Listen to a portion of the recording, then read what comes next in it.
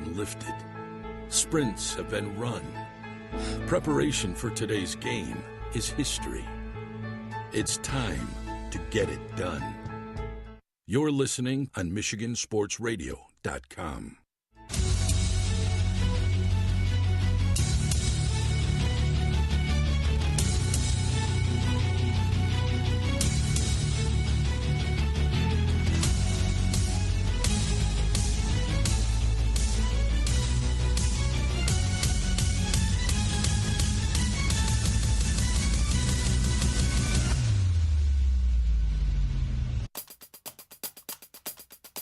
A father watches his son win the same title he won 30 years later in one of the best finishes on the ice in the history of the MHSAA.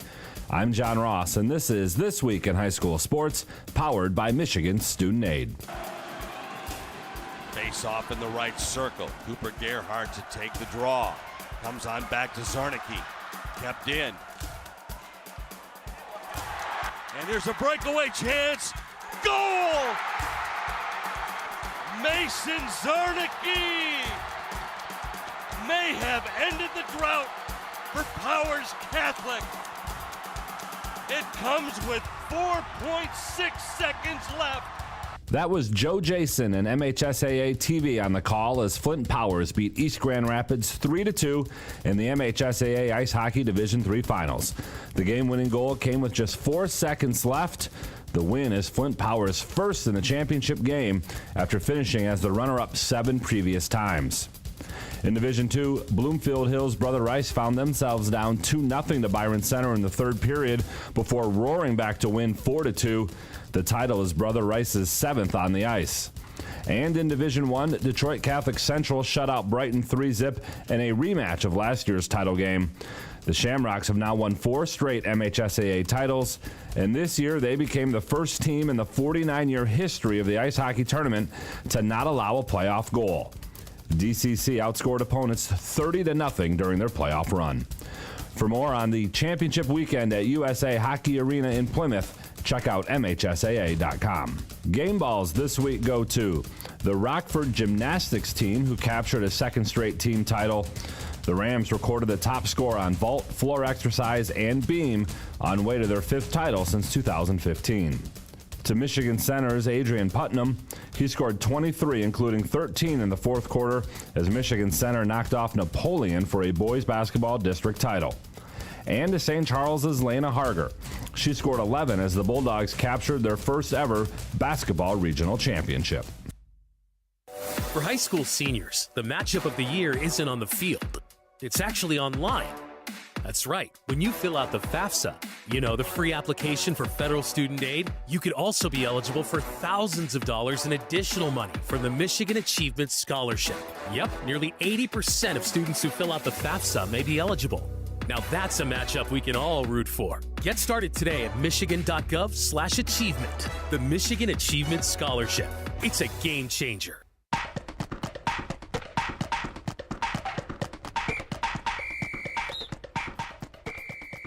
Our weekly Be the Referee feature takes a look at the fine art of officiating with registered official Paige Winnie. When watching a college or NBA game, the last 2 minutes of the game can seem like it takes forever, especially in recent years where more and more judgment calls made by officials are subject to instant replay. At the high school level, video is not used to make a ruling or confirm or overturn a call made during the course of the contest. The only time video review is used in basketball at the high school level is at the MHSAA semifinal and final games. In these games, video review can be used only to determine if a shot was released in time at the end of the fourth quarter or overtime, or if that shot was a 2-point or 3-point field goal attempt. The MHSAA believes that this very limited use of replay in these games at the very end of the tournament series in boys and girls basketball is the right call. Thanks, Paige. Now more than ever, we need officials. If you're interested, go to the MHSAA website now to register. In the pool, the boys' Lower Peninsula Swimming and Diving Championships were this past weekend. In Division I, Ann Arbor Pioneer won their 3rd straight finals title. Senior Gabriel Sanchez Burks had 2 individual firsts and was on 2 relay winning teams for the Pioneers. In D2, Birmingham Groves narrowly defeated Detroit UD Jesuit.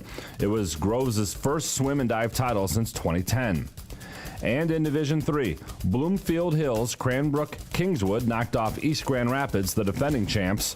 One of the highlights from the weekend came in Division 2. Grosse Pointe South senior Logan Hepner repeated as the top diver. His win this year comes 30 years after his father, Chad, won a final championship in diving for GPS. For more on this and everything else MHSAA, please check us out online. You've been listening to This Week in High School Sports, powered by Michigan Student Aid, a production of the MHSAA Network. Thanks for joining us. I'm John Ross. We'll see you next week.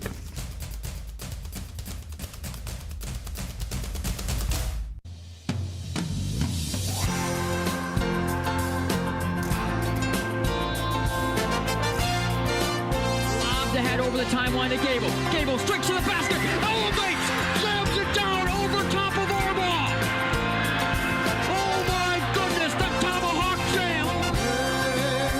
The ball is tipped, and there you are. You're running for your life. You're a shooting star in all the years. Driver pounds the rock, looking for a passing lane. Got some motion going, got it right corner for Hagel. Pounded defensively by Dudley. Step back three for the lead. Buries it pure. Kobe Hagelin, 40-39, West Ottawa. A step back triple. Absolutely cold-blooded from Hagelin. Giving on to Titus. Titus angles, pull-up shot for the lead. Good. Brady Titus, a scream to the heavens after he knocks it down. And the Hudsonville Eagles are state champions for the first time in school history. They bob at center court. Head coach Casey Glass, in his 12th season, has taken the Eagles to the mountaintop. They are state champions. And it's the ultimate revenge for Tri-Unity. Another state championship for Coach Keeler's squad. The defenders of Tri-Unity Christian, state champions in Division 4. 56-45 the final.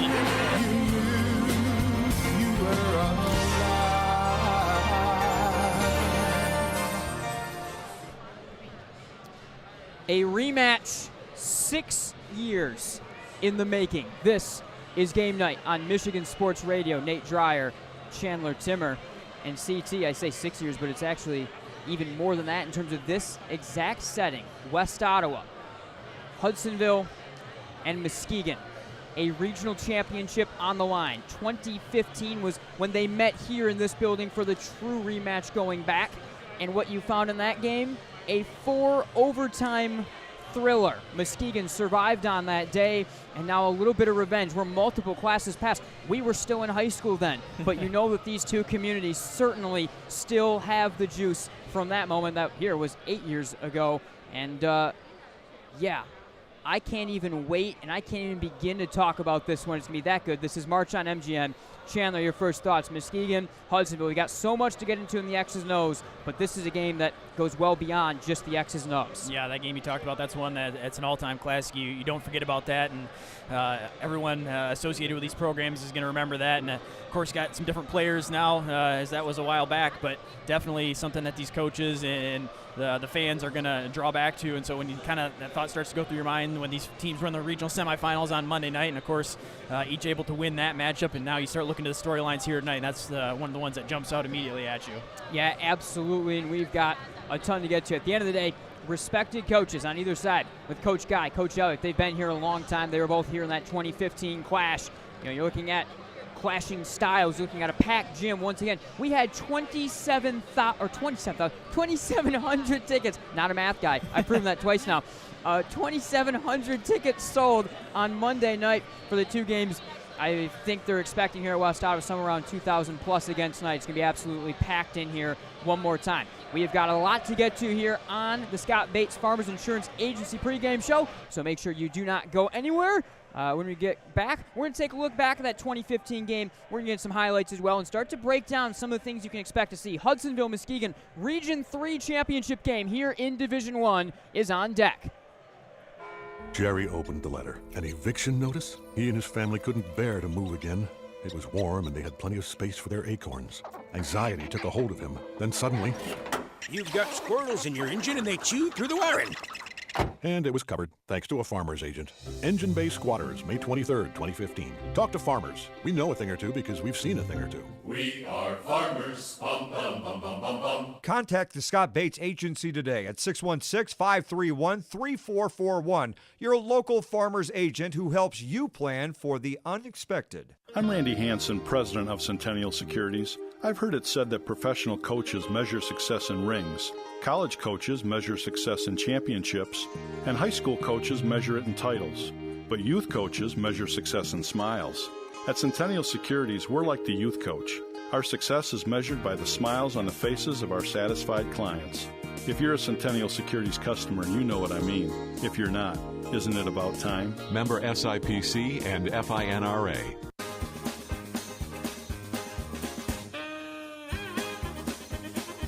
MGN, please drive. I am Chandler 2. Oh, wow. We're going to leave this in. All right. This is staying in the show. He is Chandler Timmer. I am Nate Dreyer. This is what happens when you work together for 6 years. The names are one. We're just one, yeah. Chandler Timmer, Nate Dreyer. Chandler Timmer, Nate Dreyer. Michigan game night, tailgate report. We clearly have to stop talking. I do at least. I will see you all. I see you too. Friday night, Granville, Wyoming. I think 6:30. We're on the air for that. Goodbye.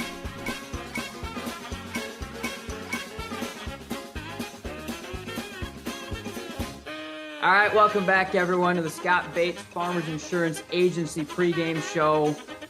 And he has returned. He's still on the beach. We've been bugging him about it all week long, but Chandler Timmer joins me here on the Bates Agency pregame show. CT, you seem to be doing better than the rest of us. Yeah, I know, it's pretty nice down here. I kind of like covering basketball this way. I'm sure you do. Looking to this moving forward. I can't blame you one bit. All right. Rather than just always relying on one player. Yeah, Scott Bates Agency pregame show continues here on game night on Michigan Sports Radio.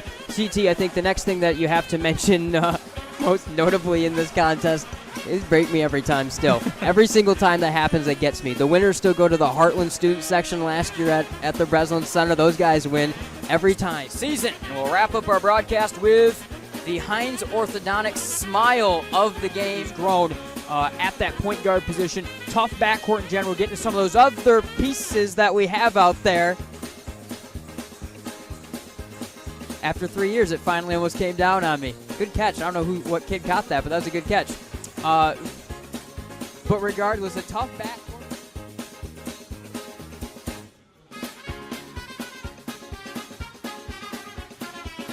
Your flight's at 5 or your... Yeah, the flight out of Panama City is like at 5, and we don't get home till like midnight, so... That sucks. So you're actually... That was a lie. You're not going to be tuning in. Yeah, no, if I'm at the airport at that time, I will be, but I'm likely missing most of it. Okay.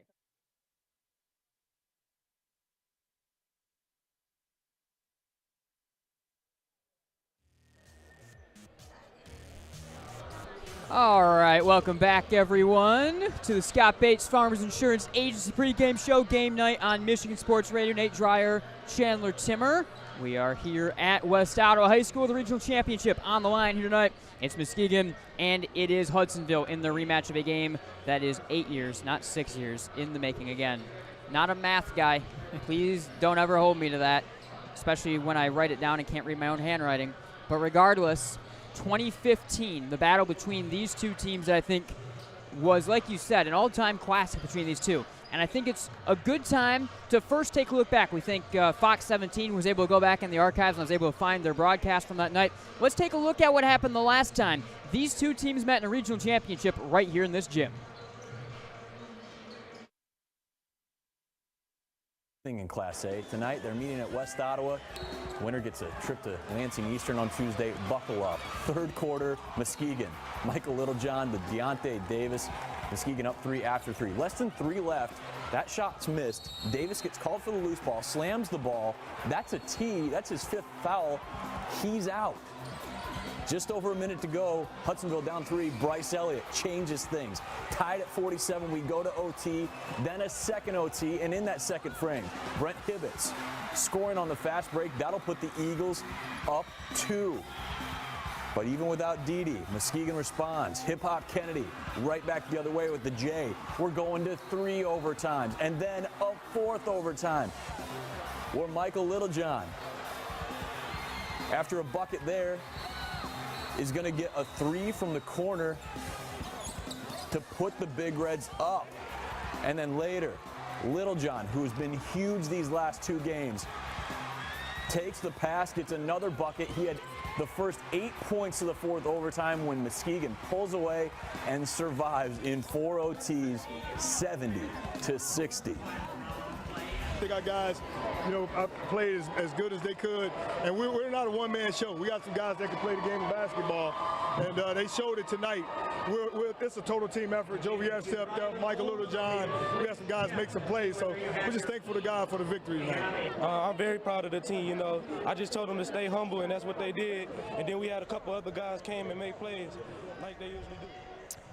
All right. Well, first off, congratulations to Keith Guy for being the only person in the last 7-8 years to literally not age 1 day. So first off, shout out to him. That was my first takeaway from that clip. Second takeaway, the kind of energy that you saw in the gym that night, we can expect to see again. Deontay Davis, the eventual Michigan State center as well, a part of that game that helped set up this matchup here tonight, Chandler. And I guess let's talk about the emotions of this game a little bit, because yes, you've got kids that were in elementary school or younger when that game took place. But with that said, there is an element of these communities. I think for Hudsonville in particular, there's a little bit of a revenge factor still in this game, being back in this gym. And yes, they've had regional, they've had matchups afterwards in the last few years also, but they haven't had this matchup at this gym in this moment with these teams of conflicting, contrasting styles. It's a fascinating day in terms of just looking at kind of the energy that we're going to see. Yeah, for sure. I think, of course, the different players a part of it and going to change things. But I think the big factor is both these coaches were here at the time. I think, recently enough that there hasn't been any change over there for these programs, and they're thankful for that. Both these teams are. And so, of course, both these coaches are going to be able to draw from that experience, kind of have that matchup to go off from head-to-head and kind of know the energy that the other team brought as well and can build off from that. Of course, the fan bases that have supported their teams throughout the years is going to be able to go back to that one too and know how much the energy and the anticipation was building through 4 overtimes in that one, and get to see a rematch of that here in the same situation. Let's take a look back to Monday night now and a couple of highlights from that. We start with Hudsonville's win over Rockford, thanks to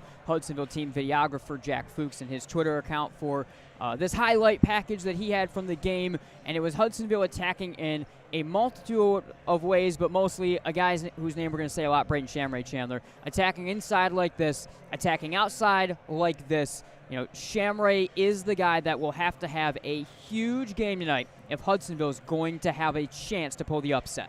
He's been an all-around scorer for this Eagles team for multiple years now, and they're going to need another all-time performance from him. He has a little bit of everything offensively. He can drive into the lane, he can drive to the basket, he can kick it out, he can make that mid-range shot, and he's also shown the ability to hit the deep ball effectively as well. Had multiple threes on Monday night, so can score pretty much any way you want him to. Yeah, absolutely. You can see the other guy that really stood out was Braylon McFall attacking on the pull-up. I feel like his athleticism at the wing is going to be highly, highly important. Hudsonville's defensive ability to kind of stop no middle worked very well against Rockford, but against a Muskegon team that's willing to shoot the ball, it's going to create some interesting ideas, and we'll talk a lot about what can Coach Elliott do to slow this game down outside of holding the ball 3 minutes at a time, which I'm not saying Hudsonville shouldn't do tonight, being completely honest, to take Muskegon out of the rhythm.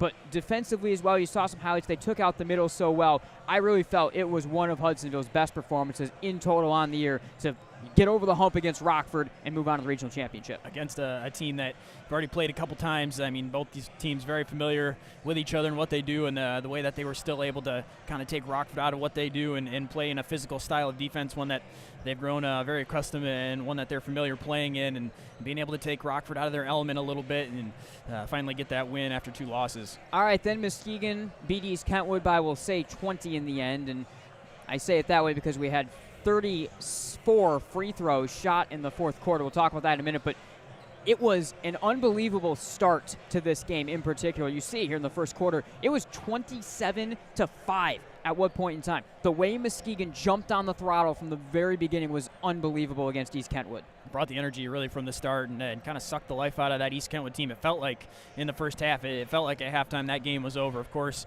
East Kentwood made a push in the third to make things a little bit interesting, but the way that right from the jump, Muskegon was able to make a statement and set the tone early on was impressive. Yeah, gym already starting to fill up here tonight. You can see the intensity that was in there, and you can see the intensity of this Muskegon defense at all moments of the basketball game. But down the stretch, it was the free throw shooting that really carried them. It was almost a game in a couple parts. The first half was so dominant for Muskegon. They led by 19 at the break. East Kentwood brought the game on 2 different occasions down to 5 points. And then, like I said, in the fourth quarter, with a ton of fouls, a ton of late moments with Coach Thomas, I think, for East Kentwood, trying to make a point of some nature as well down the stretch. 26 of 34, the free throw total down the stretch for Muskegon. So we can break down all the things that we did just break down from this game, Chandler. And a big 3 here from Sidnor that I think really was kind of the real true X factor in the game. We can break down all of those different things that we look to break down from that game. But at the end of the day, it was Muskegon able to do their game that they wanted in the first quarter, mentally stay with it, survive that third quarter push, and then execute down the stretch. And their free throw shooting showed you aren't going to be able to make up gaps late by just pressuring them and doing those sort of things and putting them at the line. Yeah, you see the styles that they can play at when I think at their core they want to be a team that plays up speed. They've shown that all season long. They've got guys that can really run the floor, handle the basketball, multiple guards that are very dominant playing at the next level. And so you saw in the first half them able to get out and run a little bit, get some turnovers on defense, turn that into fast break, and really jump on it from the start, build out that big lead. And then, of course, late in the game when East Kentwood, due to that large deficit, had to start the foul game pretty early on and was playing aggressively on the defensive end with some pressures as well. Got into the free throw game. There's no better players to have on the floor at that time than experienced guards, and that's what Muskegon has a lot of, and they knock down a lot of free throws. All right, this is kind of the main discussion for the Bates Agency pregame show today, Chandler. Let's have the pace discussion. Hudsonville, this is the most athletic team that Coach Elliott has had, I believe, in the last few years, even compared to some teams that were deep run playoff teams in the last couple of seasons. And look at the COVID-shortened year, a team that was really had a chance to go to the Breslin Center, a little bit bigger, a little bit slower, a lot of athleticism with Joldersma and DeGraff and so forth still, even with the big guys. With all of that said, they cannot run with Muskegon. East Kentwood couldn't run with Muskegon. So you have to do something to slow down the game in a massive way to get Muskegon off their game. What are some ways to do that? Matchup zones in the half court. They'll do it. Probably throwing either a 2-2-1 or a 1-2-2 trap to not necessarily trap to steal, but to trap to slow down the offense, make them make a couple passes. Because if Muskegon has it their way, they will run man-to-man, beat you to your spots in the half court, and have open shots and easy open looks all day. The other thing about this Muskegon team, for as fast as they are and for as, aggressive as they are, they always make the extra pass. So you cannot be out of position at any point in time against them. That's what makes it difficult is they really still do play a selfless basketball when they get those opportunities, even when they've got numbers going the other way. They are a smart team when it comes to that sense. But I think, there's a couple different things in terms of that full court pressure. It's more of just a soft look, a soft pressure where you're not necessarily looking to turn over the basketball. Of course, you'll take it if you get it, but it's more just to keep a body and not let Muskegon get a running start up the floor. Yeah, Muskegon finding their way back out on the floor right now. We continue through this Bates Agency pregame show. We're actually going to take one final break here on the Bates Agency pregame show. When we come back, let's take a look at some of the names and matchups that we're going to be watching in this one, and then get to those X factors and keys to the game in the regional championship. Muskegon and Hudsonville just about 6.5 minutes away from the anthem and getting this thing underway. Jerry opened the letter. An eviction notice? He and his family couldn't bear to move again. It was warm and they had plenty of space for their acorns. Anxiety took a hold of him. Then suddenly, "You've got squirrels in your engine and they chew through the wiring." and it was covered thanks to a farmer's agent. Engine Bay Squatters, May 23rd, 2015. Talk to farmers. We know a thing or two because we've seen a thing or two. We are farmers. Bum, bum, bum, bum, bum, bum. Contact the Scott Bates Agency today at 616-531-3441. Your local farmer's agent who helps you plan for the unexpected. I'm Randy Hansen, president of Centennial Securities. I've heard it said that professional coaches measure success in rings, college coaches measure success in championships, and high school coaches measure it in titles. but youth coaches measure success in smiles. At Centennial Securities, we're like the youth coach. Our success is measured by the smiles on the faces of our satisfied clients. If you're a Centennial Securities customer, you know what I mean. If you're not, isn't it about time? Member SIPC and FINRA.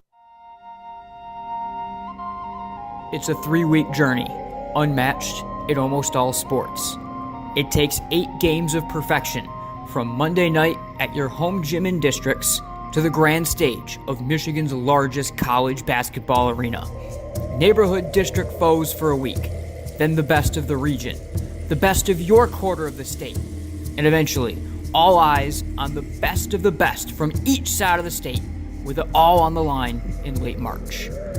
Every game is a winner-takes-all and a pure display on the hardwood, with styles of play as varied as the corners of the state the teams travel from.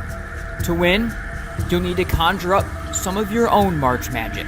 No one makes it through this run unscathed. There's stories of perfection, stories of redemption, and stories of some of the great names and teams to lace them up in the mitten. We've seen them all here. The greatest teams and players on the west side conquering all. Title-winning moments only March supplies. And the end of dynasties and miracle runs that counter the unmatched elation with an equal emotional crushing. In the MHSAA basketball tournament, moments make the journey. Don't blink, because you might miss one. It's an arduous 3-week battle, but it goes by pretty quick. This is March on MGN.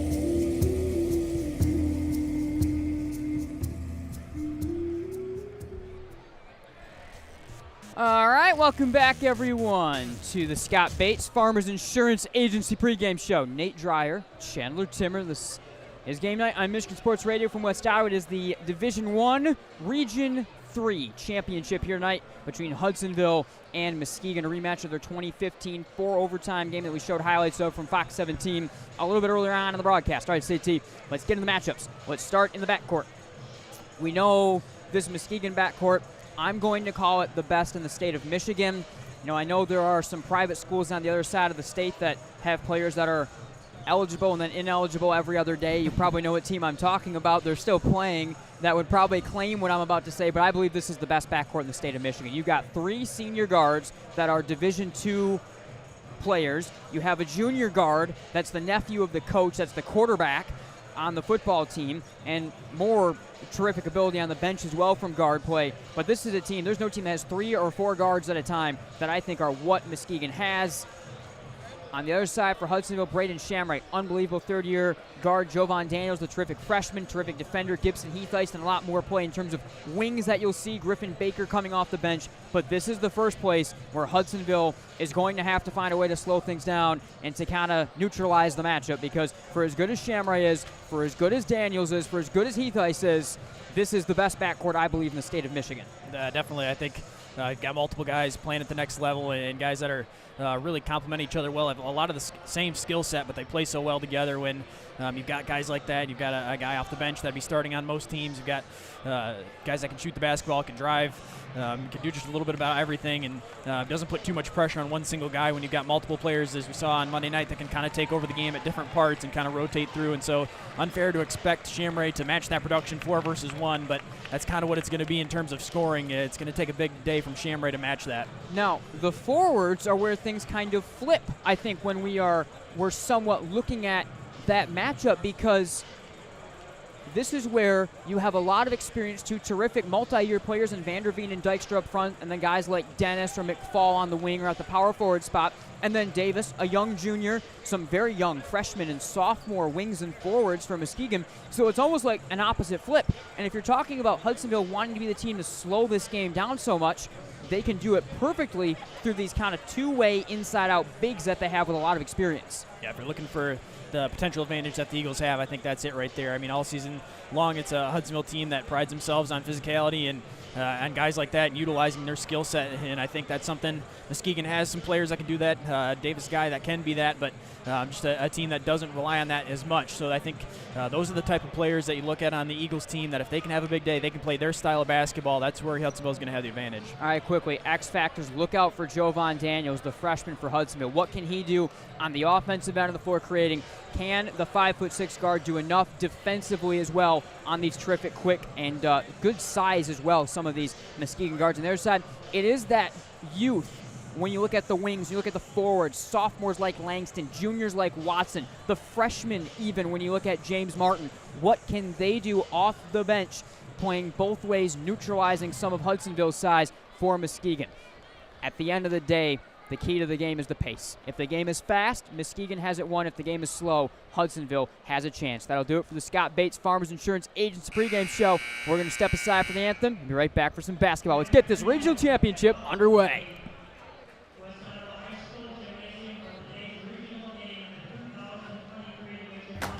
Somebody once said life moves pretty fast, and that's exactly how we like it. Want to build something? Great. Start businesses, build bridges, raise a whole city. Future in fighting crime? Want to save lives? Do it all here. But you've got to go forward fast. Because today is now, and tomorrow is soon. And to get ahead of the game, you got to get ahead of your time. This is your future, so take it and move all of us forward.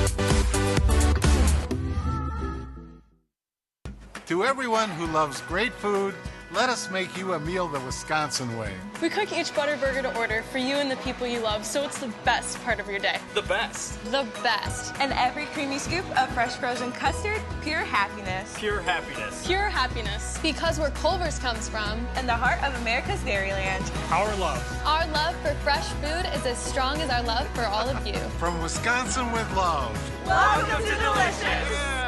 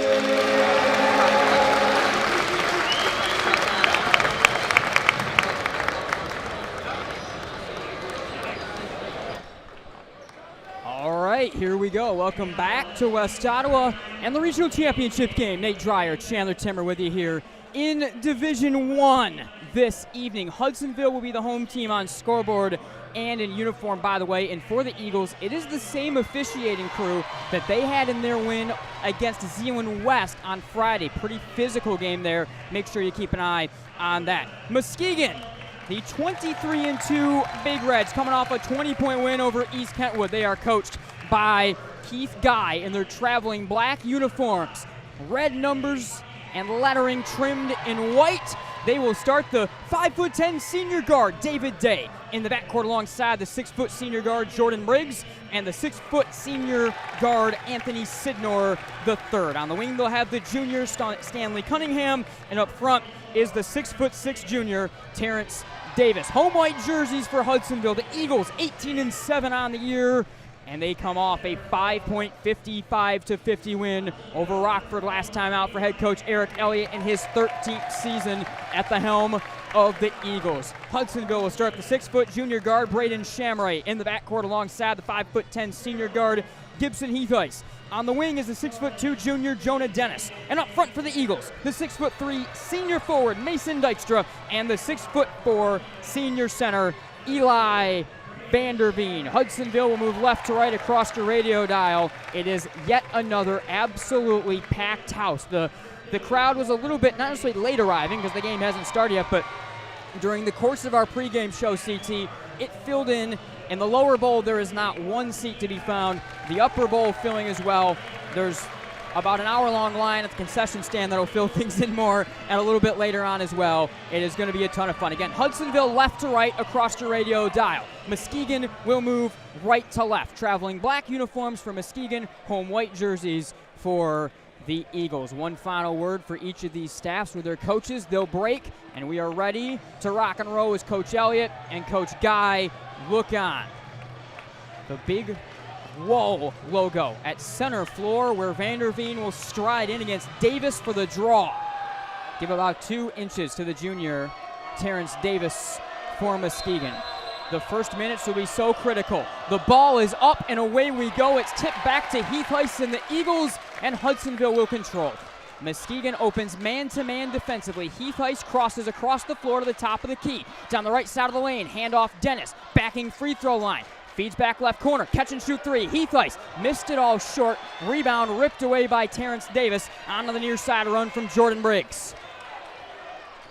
Briggs to the top of the key around a screen. Run into by Dykstra. He'll back it out in front of the timeline. And Muskegon forced to slow it down here in the half court to start.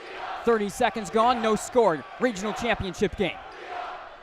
Briggs right wing, defended by Dennis. Feeds left elbow to Day. Day. Right hand dribble to the top of the key. Hands off just to his right side to Davis. Working the pivot foot. Free throw line, Sidnor. Sidnor on the pivot, left elbow. Step back move, right wing Cunningham. Lobs for Davis, clutches, and Davis elevates and scores off the window. So it's Muskegon taking their time on the first possession, and now they'll bring a little bit of token full court pressure. 2-0 with a minute gone. Shamray up top, Dykstra. Dykstra will hold, and Hudsonville will certainly take their time to set things up right here. Ball against his chest. Dykstra just hanging on to it, directing traffic. Now feeds left wing to Shamray. Up top for Dykstra. Right wing Heathice. Heathice in the corner, up top for Dennis. Left wing Dykstra. Defended loosely by Davis. Up top for Heathice. 90 seconds gone. Feed left side. Sidnor pokes and fouls that one away from Shamray. Definitely early on, the Eagles doing everything they can to keep this a half-court game. On defense, held strong for about 30 seconds.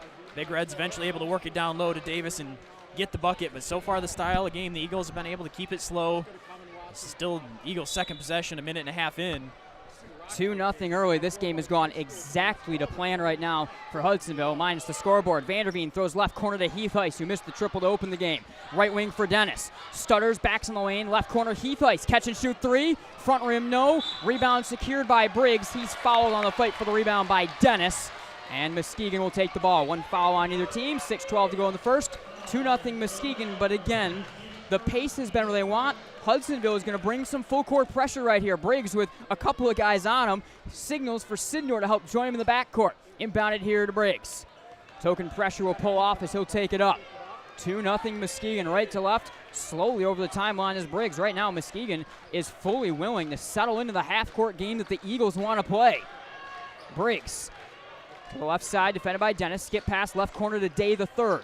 Free throw line to Sidnor the third. Dump pass down low. Davis turns the back. Right-hand shot rejected by Vanderveen. Rebound to Dykstra. Shamray to take it left side. 5:45 in the first. 2-0 Muskegon. Feed down low. Dykstra turns. Two-hand shot. Poked away. Stolen by Briggs. He's off and running. Right wing to Sidnor. Catch and shoot three. Front rim no. High leaping rebound is snagged by Davis. But a held ball is called as Dykstra is able to stay with him. It will stay Muskegon basketball. Hudsonville faithful whining over the back call, but it will stay with Muskegon. 5.5 in the first, 2-0 Big Reds. Yeah, both teams trying to work it down into the post, and So far, the interior defense holding strong for both teams, back-to-back possessions.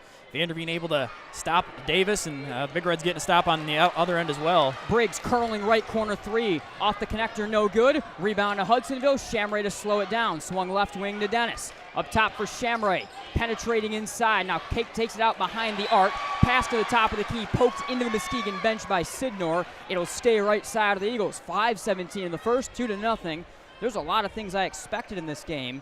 I'm not sure this is what I expected in this game. Seeing Muskegon really just fall into the half-court man-to-man game on both ends of the floor. Offensive foul is called on Hudsonville. They get Dykstra on a moving screen as Shamray went around him. That'll be the second team foul on Hudsonville, the first on Dykstra. 5-11 in the first, 2-0 Muskegon. Dykstra leaning into that screen just enough. David Day trying to go over top of it and stay right with Shamray, but Dykstra leaning into it just enough and picking up the offensive foul there, setting screen. Briggs drives, pull-up shot from 10 feet, off the connector, bounces 3 times. Second chance rebound, ripped down by Vanderveen, takes it away. There's a lot of contact being allowed right now on either side in this one early on. 4:51 in the first, 2-0 Muskegon. Shamray the ball left wing. Fakes left, drives inside, feeds to Vanderveen, cuts to the basket. Left-hand shot, good, and a whistle will send Vanderveen to the line for one more. Yeah, nice cut to the basket from Vanderveen on the weak side, but again, that opportunity created by Shamray's ability to get into the lane, using the dribble, looked like he was going to dish it off to the corner, holding on to it there, waiting for the cut from Vanderveen and finding him underneath. Terrific find. Good job by Vanderveen through the contact from Sidnor. Got a piece of his head there on the swat attempt. Vanderveen to the line to take the lead. Free throw off the connector, no. We are tied at 3. Cunningham the board. David Day to run the offense. Day, an Aquinas commit in the left wing. Feeds right side to Sidnor. Off the bounce. Stopped into a double team right block. Skip pass right wing to Davis. Davis back to Sidnor right corner. He'll curl right wing with it. Now back it out. Anthony Sidnor III, a Ferris State commit, led the team in scoring with 18 on Monday night against East Kentwood. Sidnor, fake handoff, now throws left corner for Day, curls to the free throw line, step back move, up top for Briggs. Briggs cut off right wing by Shamray, handoff Cunningham, up top Day. Hudsonville faithful love the defense. Day drives, flinging shot short, but a foul as he was doing all he could to draw the contact on the falling shot. So David Day III will go to the line for Coach Guy in Muskegon. Nearly to the halfway point of the first quarter. It is 2-2. If you're a Hudsonville fan, you could have not asked for anything different than what's happening right here. Another long Muskegon offensive possession. There's moving the basketball around. Finally get a chance for Day to make something happen, driving to the basket. Gets the defensive foul called against him, but another long possession where the Eagles are locking down, and even though it ends in result at the free throw line, the Eagles probably going to settle for that. Day able to hit the first free throw, and he will put Muskegon back on top 3-2. Day wears number 0 in the traveling black uniform, Muskegon logo on either short leg for the Big Reds. Day spins the ball, right hand free throw in front of the face motion, high off the connector, no good. Rebound down to Gibson Heath-Heiss. Remains a 1-point lead for Muskegon, who will match up man-to-man defensively right here in the half court. Dykstra to run the offense up top, directing traffic. The senior flings left wing for Shamray. Up top to Jonah Dennis. Dennis down the right side of the lane, handoff right wing Heath-Heiss. Defended by Briggs. He'll back it out to the volleyball line. Stutter step. Thrown left wing with 2 hands to Shamray. Shamray. Jab, step back 3. Shamray off the connector, no. Rebound down to Cunningham. 3.5 in the first. 3-2 Muskegon. Briggs to run. Left corner to Sidnor. Sidnor curls to the top of the key. He'll now back it out, look back to Coach Guy, and reset the offense. Left wing for Briggs. 3:25 in the first. 3-2 Muskegon. Regional championship at West Ottawa. Briggs around a Davis screen. Down the right side of the lane. 2-hand pass Cunningham. Up top Day. Thought about a deep 3. Drives to the free throw line. Handoff curling Cunningham. Runner off the side of the backboard. Rebound straight down to Davis. Leaner with a right. Strong, but an offensive foul. A push off from Davis will send the ball back Hudsonville's way. 3:08 in the first. 3-2 Muskegon. Eagles defense continues to hold strong on the inside, not allowing any penetration, that no middle, cutting everything off. Doing a fantastic job. Davis finally gets the basketball down low, but the big man down low standing his ground, understanding the contact going to come. Really wasn't a ton there, but he was set and anticipating it. Shamray to the left elbow will back it out behind the arc. Feeds up top for Dykstra. Dykstra back to Shamray, left wing. He'll back it, curling elbow. Jump pass for Dykstra into the lane. Left-hand flip shot short, grabs his own rebound. Left wing, Heathheist. Right wing, Vanderveen. Stares at the basket, feeds up top for Shamray. Shamray double teamed. Left wing to Dykstra with some space. Launches a 22-foot three. That one is strong. The rebound down to Cunningham. Data on the offense. 2.5 in the first. 3-2 Muskegon. Briggs right wing resetting things back up top for David Day III. Day with a left-hand dribble, back it out. Dennis watching him. Up top, Sidnor. Sidnor driving on Shamray, cut off, feeds right corner for Briggs. Curls into the lane, skip pass, left block, Cunningham. Extra feed, Davis. Went for a jam attempt, blocked by Shamray. Shamray off and running. Stops right block, feeds to Heathheist. Swung up top to Vanderveen. Inside 2 minutes in the first, 3-2 Muskegon. Dykstra spins left block, handoff, Dennis, floater, rattles home. Hudsonville back on top, 4-3. Big block underneath the basket from Shamray, stops an easy two for Davis, and then capitalizing on the other end. Briggs with some pace, pull-up jumper, blocked by Dennis. Rebound, batted around, taken by Hudsonville. Dykstra running, spin move, floater, off the window and good. The Eagles getting a chance to get out and run a little bit there. Haven't had that yet this game, but Dykstra making it count. 1-on-2, did not have numbers 2 defenders back, but still able to make that spin in the lane. 6-3 Hudsonville with 1:20 and less in the first. Sidnor left wing, drives on Shamray, pull-up jumper, off the back rim, no. Rebound to Heathheist. What a start for the Eagles on both ends of the floor right now. Gibson, Heathheist will slow it way down over the timeline. Maybe Coach Elliott asking for a final shot right here. Hand off right wing for Shamray, up top with 56 seconds. Dykstra gonna hold it right here. Hand off for Heathheist. Inside 50 seconds in the first. Left wing to Shamray. Shamray split a pair of defenders but lost the dribble. Briggs takes it, throws it behind the defense to Day, elevates at the basket, and David Day scores off the window to bring Muskegon back within one. A mistake in easy points, that's what Muskegon does. Yeah, I think the Eagles definitely were just going to move the ball around a little bit, try to get a last shot, but Big Reds being proactive there, poking the basketball free, getting themselves a fast break chance right before the end of the first quarter. 1 point, 6-5 lead for Hudsonville. Neither team has made a substitution yet. As we go inside the final 15 seconds, Dykstra now defended by Davis, who will pull in on him. Dykstra, left wing. Hand off for Shamray on a curl with 8. Shamray around a screen, top of the key, bounding into the lane. Legs get tied up on the floor. Cunningham with it. Now it's on to Sidnor, thrown over the timeline to Briggs. Briggs launches a 30-footer at the buzzer. Missed it wide to the left. That'll do it for the first quarter. 6-5, Hudsonville over Muskegon after one. Do not go anywhere. Cornerstone University. The professors are very open to helping whenever they can. Academic excellence, character-driven athletics, Christ-centered community involvement. Cornerstone has been a great opportunity for me to grow as a leader, just being able to approach people and be warm and welcoming and hospitable. Experience it for yourself. Attend a Golden Eagle Day at Cornerstone for a taste of campus life and the chance to meet faculty and staff. To arrange a visit for your high school junior or senior, go to cornerstone.edu. Cornerstone University. Build a life that matters. A sense of purpose, a higher calling. At Dean Transportation, we call it our passion. It's simply who we are. 60 years of pioneering the best health and safety standards because safe student transportation is essential. We are hard-working folks, connecting children to learning, schools to our communities, and you to a better career. Want to make your community a better place? We'll put you in the driver's seat. Join the Dean family today and help to connect our kids to brighter futures.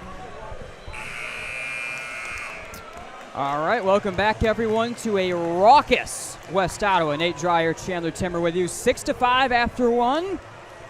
Really going exactly how Hudsonville wanted to give themselves a chance in this one against the 23-2 Big Reds. Couple substitutions.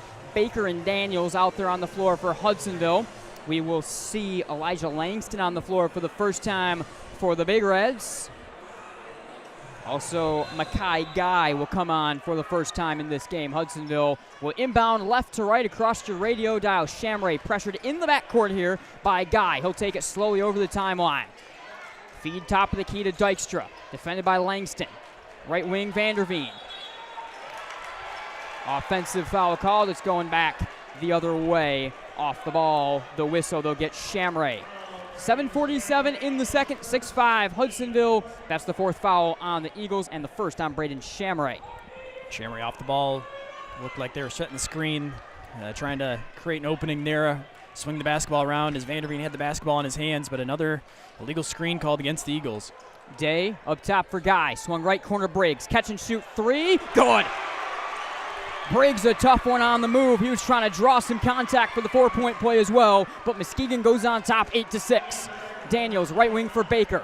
The sophomore to the top of the key to Shamray. Shamray crosses, drives in the lane, offensive foul, bounding into the lane. David Day, who I think drew 4 of those on Monday night, draws another one right there. Back-to-back offensive fouls on Shamray.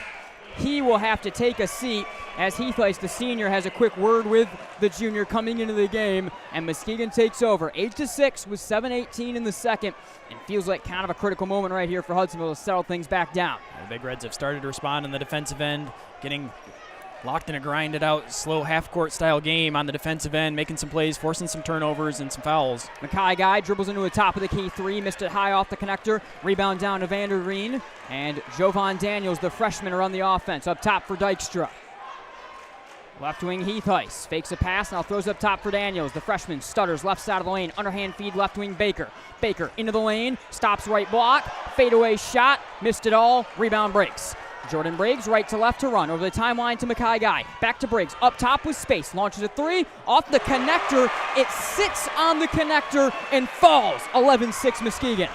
Miscommunication defensively, not picking up the basketball, trailing on that run up the floor. 2 Eagles there, neither one takes the basketball as it swings around the arc and an open 3. Daniels, difficult reverse fleeing layup off the connector, no good. Rebound down to Briggs, Muskegon running left corner to Guy. Left wing to Briggs, 11-6 now the Muskegon lead. Was 6-12 in the second. A little bit of a matchup 2-3 zone being set up right here by Muskegon. Morphs in almost a 1-3-1 look. Top of the key, Briggs. To the right elbow, will back it out. Baker stays with him, left wing to Guy. So the first time they're looking at this matchup zone. Right corner to Day, jabbing on the pivot foot. Spins right block. Day will back it out behind the arc and throw up top for Briggs. 5:48 in the second. Left wing to Mackay Guy. Guy across the floor, Briggs. Fakes a pass right. Now he'll start dribbling right and drop it right corner for Day. Curls top of the key. Feeds for the cutting lengths, or for the cutting Cunningham. Left hand finger roll, good, but an offensive foul. A lot of offensive whistles early in this game. 4th foul on Muskegon, the 2nd on Cunningham. He'll check out. Watson and Sidnor come back into the game. Langston also takes a seat. Braylon McFall comes in for the first time for the Eagles as Vanderveen goes back to the bench. Both teams playing really good defense there. Vanderveen again sees out of that zone where the Big Reds are going to be moving the basketball, anticipates it once again, and able to set his ground. Easy offensive charge call again. Muskegon starting to up their man-to-man pressure right here in the half court. Dykstra holds top of the key, trailing 11-6. Handoff McFall, left wing with space 3. Good. Braylon McFall, the junior, putting Hudsonville back on the board. They're back within a score, 11-9. Working quickly, right wing, Watson 3, splashes that one down. A quick answer from Justin Watson, and Muskegon makes it 14-9 with 5 minutes in the third. Daniels being harassed up top for McFall. Defended by Watson, right wing for Daniels, stutter step, left wing Heathheist. To Daniels, right wing. No Shamray on the floor with his 2 fouls right now for Hudsonville. Griffin Baker, top of the key. Right wing for Daniels, up top for McFall. Heavy pressure right now defensively from Muskegon. They'll get it out to Daniels. He'll swing it left side with Heathheist, and the senior will reset the offense. 4.5 in the second. 5-point lead for the Big Reds. Right wing for Daniels. Defended by Day. Behind the back dribble. Handoff McFall. Peers at the basket. Has Day rotated onto him defensively. McFall spins into the lane. Jump stop. Right corner with space. Triple try. Good. Jovan Daniels, the freshman, knocks it down. And Hudsonville back within 2. Driving Briggs fouled on the floor. We'll settle this game down a little bit. That is the 6th foul of the half on Hudsonville. That's the first. Sorry, that's the 2nd. It will be on Heathheist. Vanderveen will check in here for Dykstra. 4:13 in the second. The Eagles making some threes to stay in it right now, CT. Yeah, without Shamray on the floor, they needed someone else to come in and create, and it's McFall off the bench once again, hitting a three, then able to drive and kick it back out for the Daniels three as well. Issues on the inbound, gotten in from Sidnor to Day, right corner. Sidnor in front of the timeline on to Jordan Briggs. Defended by Baker. Working a left-hand dribble. He'll back it out one more time. Briggs wears a white shooting sleeve down the left arm. Crossover between the legs. Steps into a long three. Over top of Baker, no. Long rebound, top of the key. Settled down by Baker. And Jovan Daniels, left to right, will run the offense for the Eagles, who can tie or take the lead back right here. 3:47 in the second, 14-12 game. Up top, Heath Ice. Right corner on to Daniels. Daniels penetrating, defended by Briggs. Underhand flip feed, left wing for Baker. Right wing to Heath Ice. Faking passes, now throws down right block to Vanderveen. Turns the back on Watson. Hook shot, rolls home. We're tied at 14. Difficult shot in the paint from Vanderveen. Spinning, kind of an awkward one-handed, have to put it up, but able to get the friendly bounce. Mackay Guy attacks the basket, flip shot short, but a foul called on Griffin Baker. That is the team's 7th, so Muskegon into the bonus. They will have 2 at the line here with Mackay Guy regardless. That's the first foul on Baker.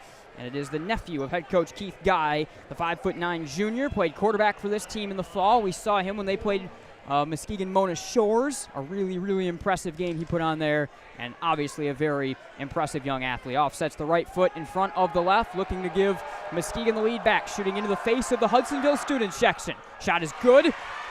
Guy on the board, and Muskegon back on top. Their freshman, Muskegon's freshman, James Martin, the 6'3" wing, will check in here for David Day. A little bit more size out there right now for Muskegon with both Watson and Martin. Coach Elliott calls an official over for a quick word here.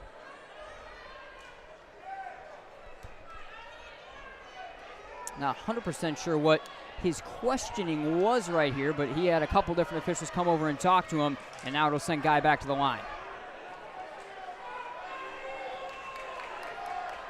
Mackay Guy at the strike. Dribbles once, right-hand free throw, good. Guy hits them both, puts Muskegon back up to 3:20 to go in the second, 16-14 Muskegon. Little half-court 1-2-2 zone trap right here being shown by the Eagles, left, or by the Big Reds. Left wing three, Heath Ice rattles out, fight for the rebound, foul on a pushing Baker. Will go back Muskegon's way. 3:10 in the second, 16-14. That is the second foul on Baker, 8th on the team. It will send Muskegon in line for a 1-and-1. Foul is now 8-4 in this first half of play.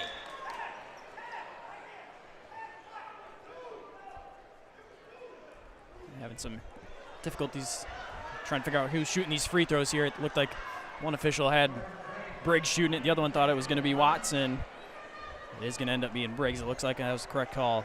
It's going to be Briggs here at the line. Right foot in front of the left. Free throw falls short. He jumps to his own rebound. Put back, knocked out of bounds, but a foul on that forced shot will send Briggs right back to the line. 3:08 in the second, 16-14. Mistake right there from the Eagles. They have to secure those sort of rebounds and limit possessions for Briggs, especially him bounding in the lane. That's the first foul on McFall, by the way, 9th on the team. First free throw, Briggs, good. He's not going to miss the front end twice in a row. He now has 7 in this game, the Wayne State commit. And the Eagles just failing to anyone box out the shooter there. Wide open lane for him to get his own rebound and cash in on 2 more chances.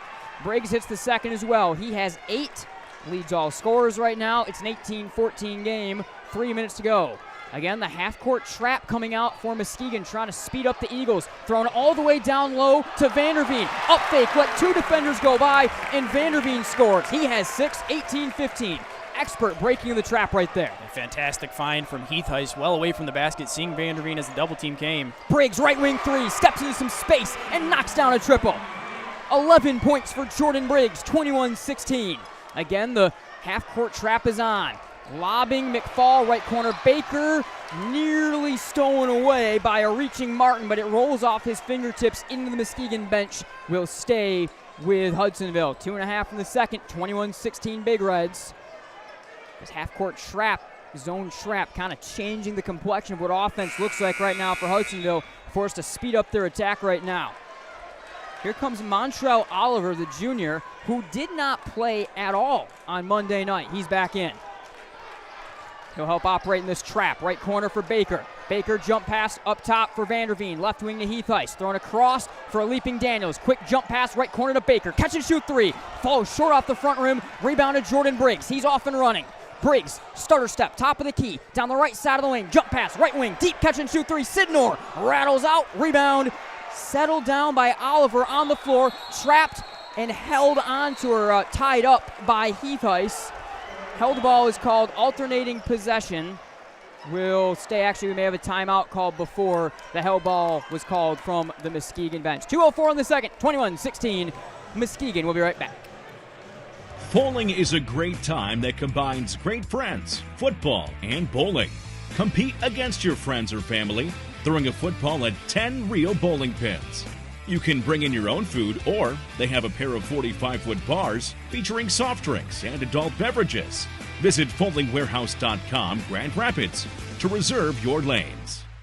Founded in 1969, J&H Family Stores has grown from a single tank truck to over 50 convenience store locations in West Michigan. Our locations offer a variety of fuel options ranging from Exxon, Mobil, Marathon, and Citgo. At many of our stores, you'll also be pleased to find a Tim Hortons or Subway. Find the location near you by visiting myjhfamilystores.com. There's one in your neighborhood. All right, welcome back to West Ottawa. Nate Dreyer, Chandler Timmer with you here on Game Night on Michigan Sports Radio. Region 3 championship in Division 1. Muskegon leading West Ottawa by 5, 21-16 with 2 minutes to go in the third. Baseline right inbound. Muskegon throws in with Sidnor, lobbing for Oliver. Poked out of there by Vanderveen. Settled back down by Oliver. Oliver throws one right side looking for Briggs. Escapes him out of bounds, and it'll go back Hudsonville's way. 2 minutes exactly to go in the second, 21-16. And going back to that last timeout, it did look like a jump ball was called before the timeout. Possession arrow switching Hudsonville, now getting the basketball in another tie-up situation. Muskegon still awarded that timeout, though, afterwards. Thank you for clarifying that for me. It was a little bit kind of confusing with a couple quick whistles.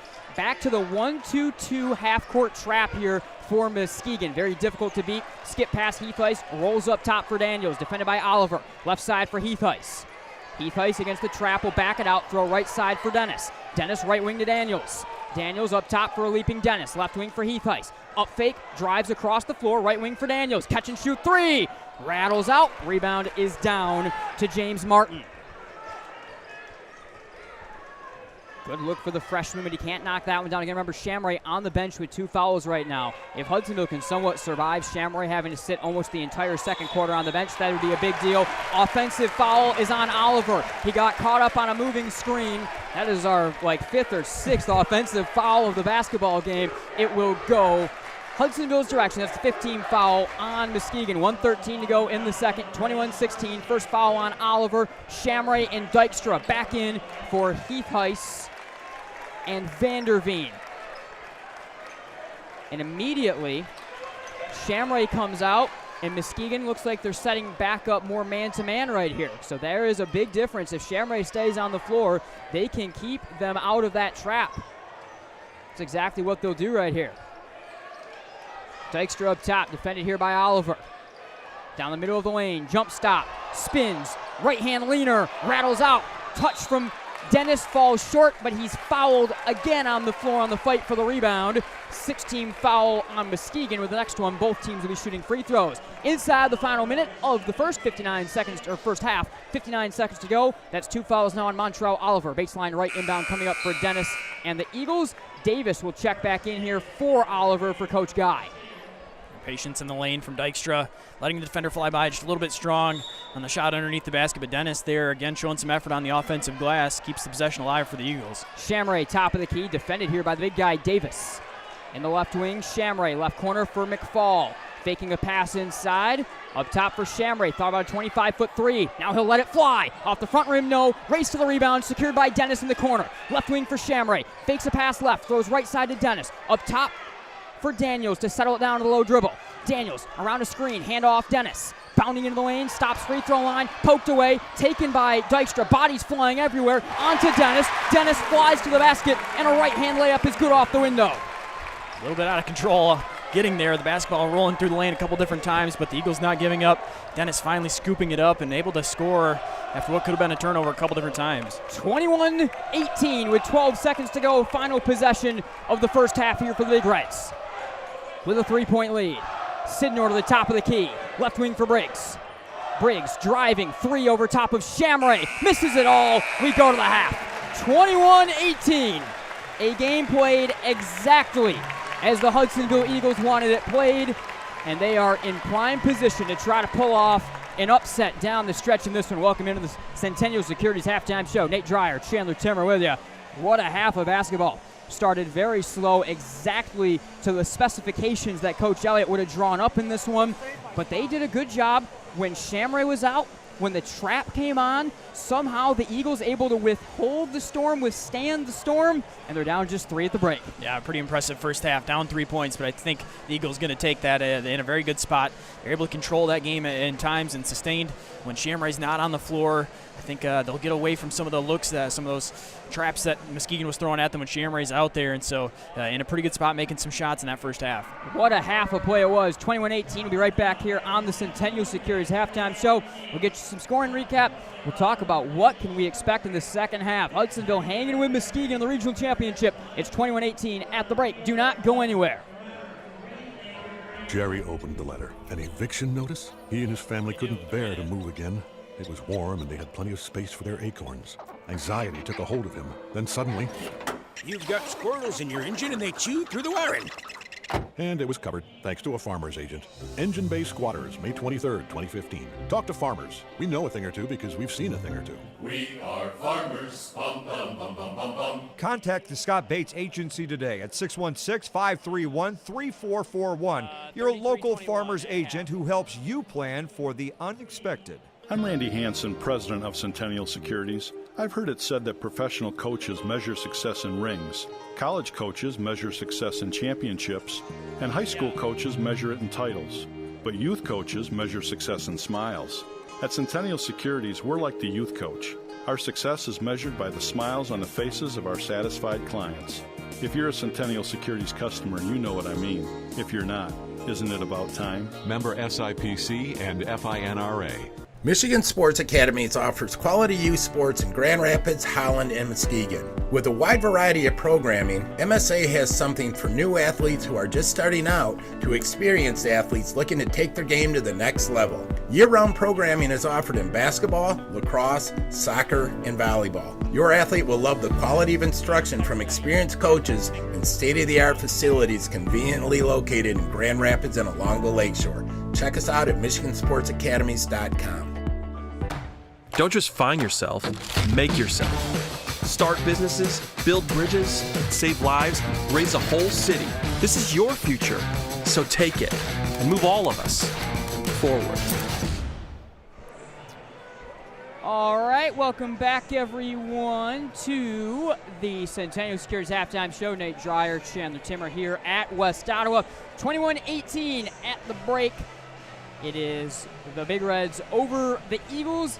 CT, please get us our scoring recap, and we'll go over some notes after that. All right, for the Hudsonville Eagles, leading scorer Vanderveen with 6 points in the first half. Dennis with 4. Daniels and McFall each with 3. Dykstra with 2 points. For the Big Reds, leading scorer for the game, Briggs with 11 points.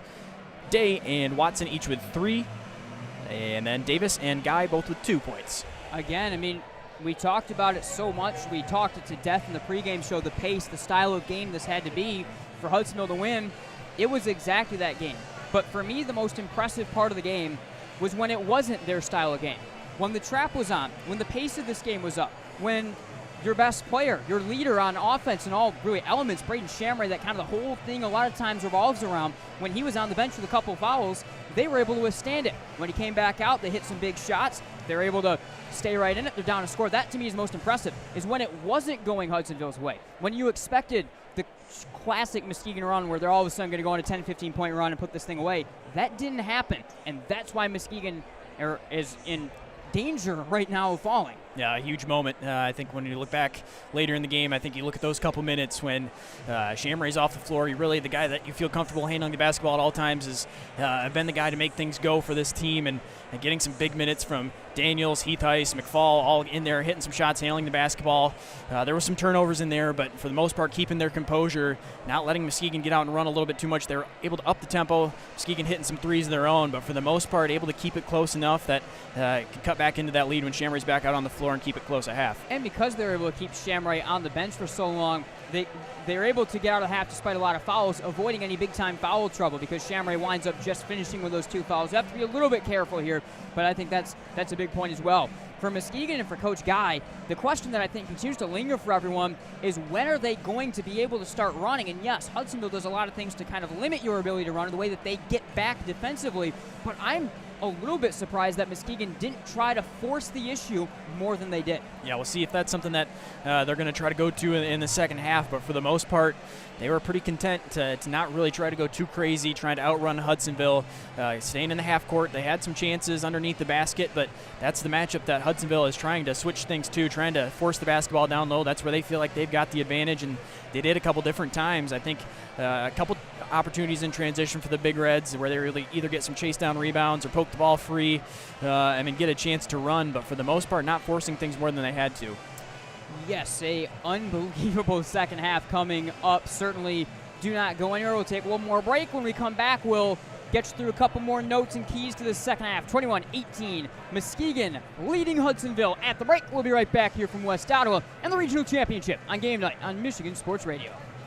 Can you name the 10 winners of the Nobel Peace Prize or the last 5 Miss Americas? The point is the applause dies and the achievements are forgotten. But can you name 3 friends who helped you through tough times or teachers who encouraged you in school? We remember those who make a difference in our lives. I'm Randy Hansen, president of Centennial Securities. What matters to us are the personal relationships we have with our clients, helping them build a secure financial future. As a Centennial Securities customer, you know what I mean. If you're not, isn't it about time? Member SIPC and FINRA.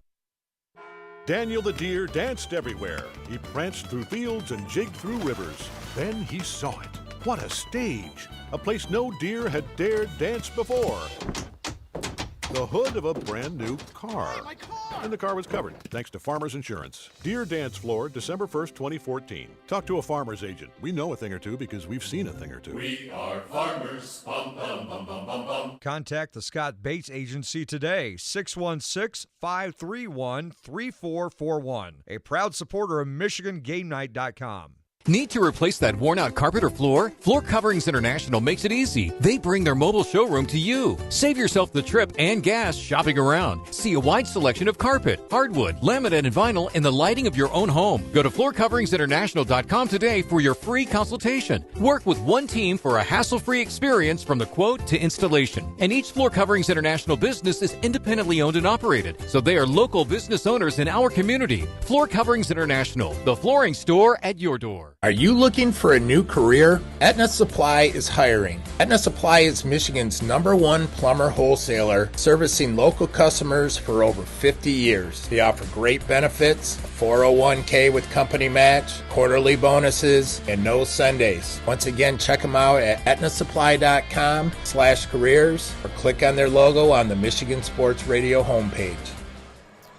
All right, welcome back to West Ottawa. Nate Dreyer, Chandler Timmer, Game Night on Michigan Sports Radio, the regional championship here in Division I on March on MGN. Did I get all of the branding in there? I think it's a lot. I think I got all of it.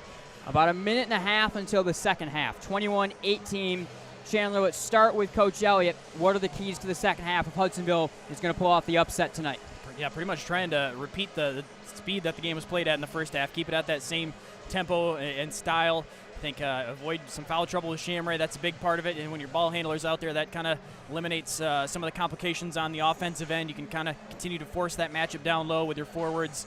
With guys like Vanderveen, Dennis, as well as Dykstra. That's where they want the basketball to continue to go. Yeah, and for Coach Guy, Muskegon, I mean, essentially wherever you just said, flip it?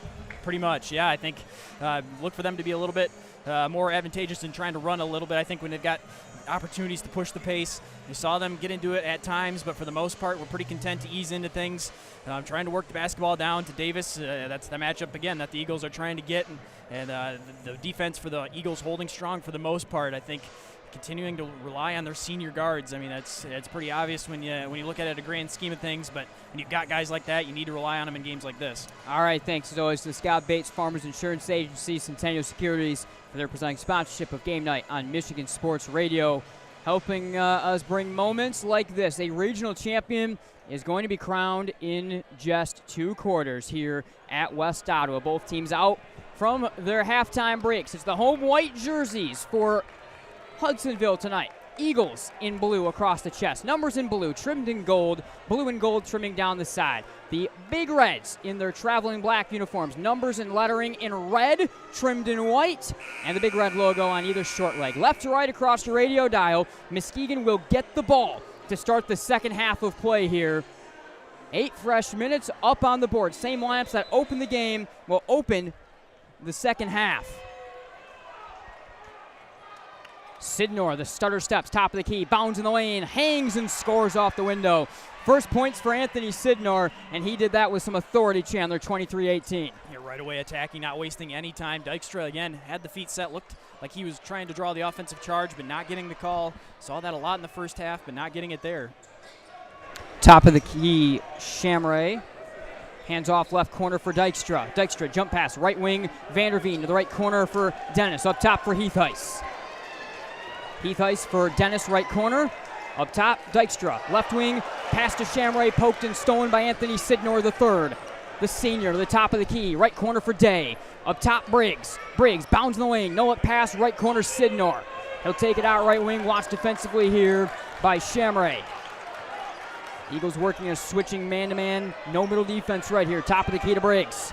Defended by Dennis. First minute gone, third quarter, 23-18 Big Reds. Right wing, Sidnor. Looks at the basket, steps inside the arc, launches along 2, and a high arcing shot is pure for Anthony Sidnor. He has 4. Sidnor was going to just put the shot up from the wing, but waited an extra second, allowed the screen from Davis to get set, takes one step to his left, and gets the separation that he needs. Dykstra, top of the key, handoff for a curling Shamray.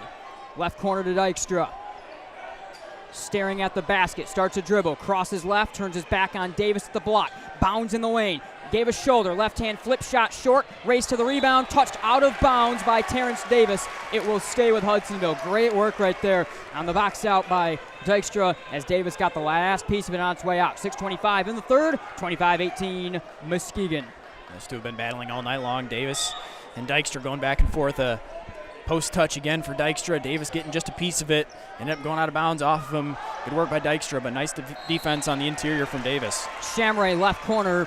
Pass up top for Dennis. Out of his reach. Rolls into the backcourt. Over and back is called. Muskegon takes back over on a bit of an unforced error right there. 6:20 in the third. 25-18. Left to right over the timeline. Here comes Sidnor. Hudsonville going man-to-man in the half-court defensively. Day, right wing, Sidnor. He's got 4 in the third quarter. Up top for Briggs. Briggs will back it out. Wayne State commit, leading scorer in this game with 11. Stops right block, up top for Sidnor. Sidnor bounding into the lane, stripped to the ball at the free throw line, rolling on the floor, tie up. Alternating possession will go Hudsonville's way. 5:56 in the third, 25-18. We've had a lot of types. We've had a lot of offensive fouls. We've had a lot of contact in general in this one. Yeah, a lot of whistles, but right there, it looked like the Eagles might have had a chance to get the steal. They'll settle for the jump ball in the possession, but missed opportunity to potentially get a steal and a chance to move a little bit, try and turn that into offense. Muskegon bringing some full court pressure right here on Shamray. It'll pull off over the timeline. Shamray pass right corner. He was looking for Dennis. Dennis didn't know it was coming. It goes behind him, out of bounds. Again, those two miscommunicate. Force the ball away, and Muskegon takes back over the 25-18 lead. Another very critical feeling moment right here.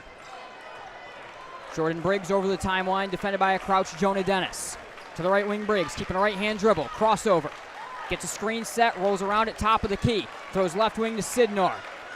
Sidnor will back it out, throw in front of the timeline to Briggs. Around to Davis, screen right wing. To the right corner, Briggs. Drives, handoff, Davis all alone. Jams with authority with 2 hands. 27-18, timeout Hudsonville.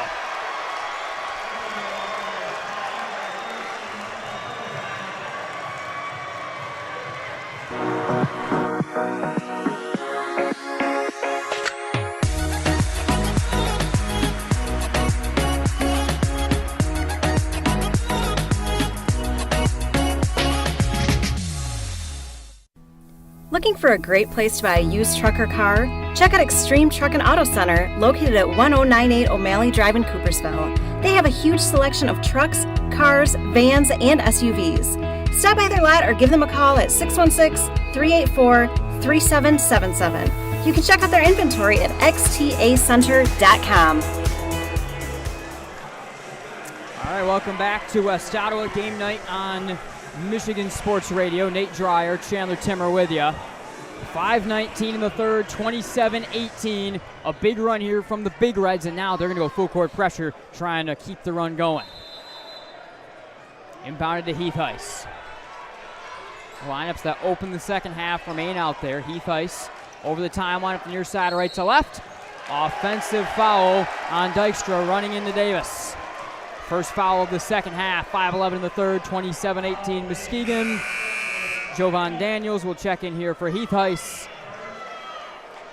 And Muskegon takes back over. Daniels urging his teammates on there to step it up on the defensive end. It's dangerous moments, as you talked about right now for this Eagles team. A 6-0 run to start the second half, and really not a team you want to be down a lot late in the game. We've seen this Big Reds team, the way they're able to close games out. You don't want a double-digit deficit. You're probably not going to overcome that late in this one, so big moments right here. Second foul right there on Dykstra.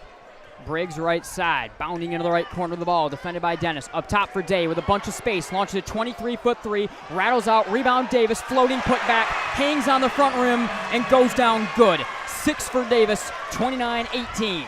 Strong rebound from Davis, goes up and get it. Not just an easy bounce right to him. He had to go over top and secure that one. Jovan Daniels over the timeline, run into by Day, and a foul is called on Day the third, the senior. Near side inbound, that's the right side for Dykstra. Throws into Jovan Daniels. 4.5 in the third, 11-point lead for Muskegon. Daniels, skip past Dykstra, top of the key. Dykstra, left wing for Dennis. Dennis backs into the lane, right wing, all alone. Dykstra, triple try, falls short off the front rim. A run to the rebound, secured by Davis. Nearly halfway through the third, Hudsonville has not yet scored this quarter. Step back three, Jordan Briggs, left wing is pure. 32-18 Muskegon. Big Red starting to feel it a little bit, getting some momentum, starting to hit some shots. A step back three falling there after a missed three from the Eagles. Shamray, top of the key, split a pair of defenders, drives, reverse layup, short, rebound Davis.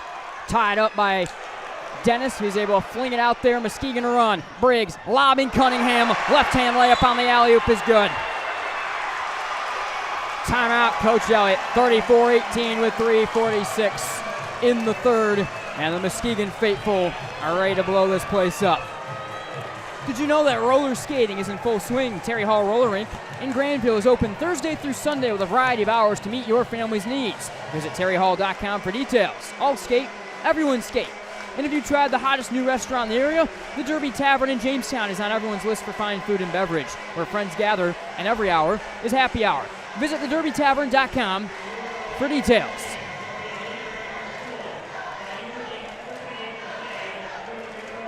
Atmosphere is getting electric in here, Chandler, but unfortunately for the Hudsonville faithful, it isn't necessarily on their side right now. We have seen all Muskegon in the second half, as they so far have blanked the Eagles in the second half, while they've gone out and scored 13 of their own. Yeah, 13-0 run to start the third quarter. Eagles did everything they could to stay in it, control the speed of the game in the first half, but a couple mistakes, turnovers on the offensive end, some mistakes on the defensive end, and Big Red's making them pay for it, starting to show some of that elite shot-making ability, getting out in transition as well, getting some easy baskets. You saw a score update from one of the other Michigan Sports Radio games going on right now. Unity Christian's leading Grand Rapids Christian. So Scott Sudsma continued to pull that off. Saw Carson Viss suffered a pretty nasty-looking injury against Hamilton. The Sailors rolling at this point in time in that game right now. Chandler gives me an eye roll when I say that, so obviously it's by even more than I last saw the score was. Hudsonville's got the basketball back up the floor. Handoff up top for Dykstra. 3:38 in the third, 34-18. McFall down the right side of the lane, whips the hands free. Two-hand shot falls short. Rebound on to Davis. Briggs to run. Briggs stops right wing. Up top, Day with a bunch of space. 23-foot three. Cashes it in. 37-18. Big Reds probably had a chance. Davis running the middle of the lane, open. They didn't find him, but they get the open three from Day, and he hits it. Right wing Dennis with space, launches a three, low arcing shot, short. Rebound ripped down by Cunningham, thrown on for Day. Day bounding into the lane, reaching shot around Daniels, no, fight for the rebound, tips to the corner. Dennis has it, settle down here for Jovan Daniels. Inside 3 minutes to go in the third, 37-18. Pass down low, Dykstra turns the back, reverse layup, short, but a foul on Davis will send Dykstra to the line, and finally a chance for Hudsonville to break the seal off this second half. This Muskegon team is good, Chandler. Yeah, they're very good.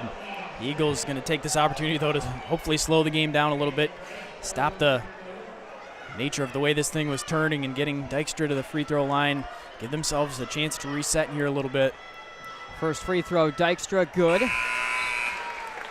He has 3 in the game. It's now 37-19. Couple substitutions for either side right here. Mackay Guy, Elijah Langston check in. Griffin Baker checks in. Muskegon, they were making some statements on Monday. They're making some statements on Wednesday now. Absolutely a team that has the Breslin Center and beyond in mind. Second free throw rattles out, no good. 1 of 2 at the line for Mason Dykstra. 2:48 in the third, 37-19. Briggs right wing with it. Defended here by Dykstra. Briggs directing some traffic to the top of the key. To the left wing, Briggs. Reaching past Cunningham, settles it down at the block, clutches. Shot falls short, rolls off the rim, but a foul will send Stanley Cunningham to the line for a couple right here. 2:34 in the third, 2 fouls now on either team in the second half of play. That foul is on McFall, his second. Cunningham able to get some positioning along that left block. Get in front of, or rather behind Baker, and then McFall forced to have to come over at the last second to try to help. First free throw is strong. 1 more coming up here for Cunningham. 37-19 Muskegon with 2:34 in the third. Bends the knees. Right hand free throw. Rattles home. 3 for Cunningham. Some full court pressure on Daniels from Guy. Daniels beats it behind the back dribble. Lost the handle top of the key. Stolen by Guy on the floor. On for Briggs. Briggs cut off right elbow. Directs traffic, flips it for Sidnor, top of the key, defended by Shamray. He'll back it out in between the rings. 2:14 the third, 38-19. Sidnor, left wing. Defended by Shamray, feeds left block Cunningham. Jump pass onto a driving Langston. 2-hand shot blocked by McFall, but a foul will be the third on the Hudsonville junior. And that will send Elijah Langston to the line for a couple right here. 2:03 in the third, 38-19. Muskegon offense, again, the extra pass from the left block across to the right.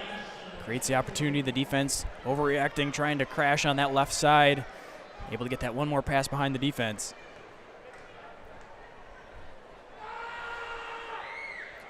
First free throw, high off the back iron, no good. James Martin, the freshman, will check in for Muskegon right here as Sidnor will take a seat.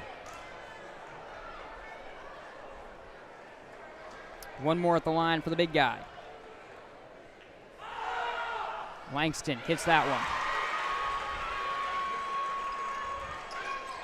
39-19 here. So many other huge games around the area on Michigan Sports Radio, like I said as well. Eric and Bob have got the coverage of those, but thanks also for joining us here this evening in Division I at West Ottawa. Left corner, Baker, catch and shoot 3, got it. The Eagles hoping that's a shot that jump starts their scoring a little bit. Gonna need a big comeback here, gonna need a lot more shots like that to fall, and it starts with the corner 3 from Baker. Guy trapped up. Feeds left side to Cunningham, rips it away from the Eagles, who have moved into a half-court trap defensively. Guy right side for Briggs. Briggs driving into the lane, gets all alone, and lays it off the window. Briggs' ability to change directions there with the dribble, split between the defenders, then nobody underneath the basket to help out. Shamray, top of the key around an extra screen. Turns his back on Guy, left wing for Baker. Lobs left elbow, Dykstra. Hand off Shamray, stops left corner. Shamray will start the dribble and back it out in front of the timeline. Final minute of the third, 41-22 Muskegon. Dykstra left wing, peers at the basket, starts the dribble. Driving into the lane, fouled on the floor. He wildly flung up a shot and made it after the whistle. Actually, the officials are going to talk about it a little bit, but it will be on the floor. That foul is on Langston. A lot fewer fouls in the second half of play right now. Just 3 on either team after both teams are well into the bonus in the first half. Day will come in for Briggs. 52 seconds to go in the third. 41-22. Baseline left inbound here for Griffin Baker. Left corner Dykstra. Up top for Daniels. Left corner Shamray. Bounds around a screen. Left wing. Launches a triple. Rattles out. Rebound to leaping David Day. The Aquinas commit to run. Throws one all the way right corner. Driving to the basket. Martin. Euro step. Worked around left wing for Day with 35 seconds. Defended by McFall. He'll start the dribble. Shifty crossover move right there. Faking left. Pulling it back out. Day with it in front of the timeline. Day backing. Going left. Going right. McFall staying with him. Day turns with 20 seconds. He'll curl top of the key, waiting for the final shot right here. Left wing for Guy. Guy for Day, nearly stolen by a reaching McFall, diving in the backcourt. Extra pass left corner to Martin. Driving, the freshman jams it. It rattles around, goes high, and then falls on a lucky touch. 43-22 at the end of 3. It is all Big Reds right now in this one. We will be right back for the final quarter. Jerry opened the letter. An eviction notice? He and his family couldn't bear to move again. It was warm and they had plenty of space for their acorns. Anxiety took a hold of him. Then suddenly... You've got squirrels in your engine and they chew through the wiring. And it was covered, thanks to a farmer's agent. Engine Bay Squatters, May 23rd, 2015. Talk to farmers. We know a thing or two because we've seen a thing or two. We are farmers. Bum, bum, bum, bum, bum, bum. Contact the Scott Bates Agency today at 616-531-3441. Your local farmer's agent who helps you plan for the unexpected. I'm Randy Hansen, president of Centennial Securities. I've heard it said that professional coaches measure success in rings, college coaches measure success in championships, and high school coaches measure it in titles. But youth coaches measure success in smiles. At Centennial Securities, we're like the youth coach. Our success is measured by the smiles on the faces of our satisfied clients. If you're a Centennial Securities customer, you know what I mean. If you're not, isn't it about time? Member SIPC and FINRA. All right, welcome back. Final quarter from West Ottawa is up 43-22. Nate Dreyer, Chandler Temmer with you. The lead was 3 at the end of the first half, and it was all Muskegon in the third frame. 22-4, the scoring there in that third quarter. Muskegon starting to get everything to drop for them. Really able to control the game, play their style a little bit reversed of what the game was for Muskegon on Monday night, where they controlled the first 2, and the third was the one where they had some issues. Here, first 2 kind of bobbled up a little bit, and then the third just exploding. All right, left to right across the radio dial. Muskegon gets it. Hudsonville will go to a 1-2-2 three-quarter court trap right here. Skipped right wing today over the timeline right side to Cunningham. Up top, Briggs. Left wing, Sidnor. Left corner today. Hesitates. Works baseline. Turns the back and whips it around Sidnor up top for Briggs. Defended by McFall. Briggs to the free throw line. Down the left side. Loses the handle on the Day. Day drives. Ducks the head around the defender. Reverse layup is good. 8 for David Day.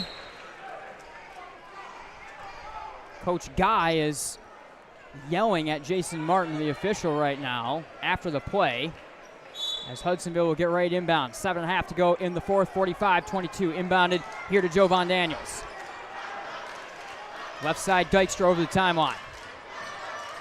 Dykstra, crossover, drives on Davis, turns the back, spin move, floater, good. Nice little move right there from Mason Dykstra. He has 5. It's 45-24.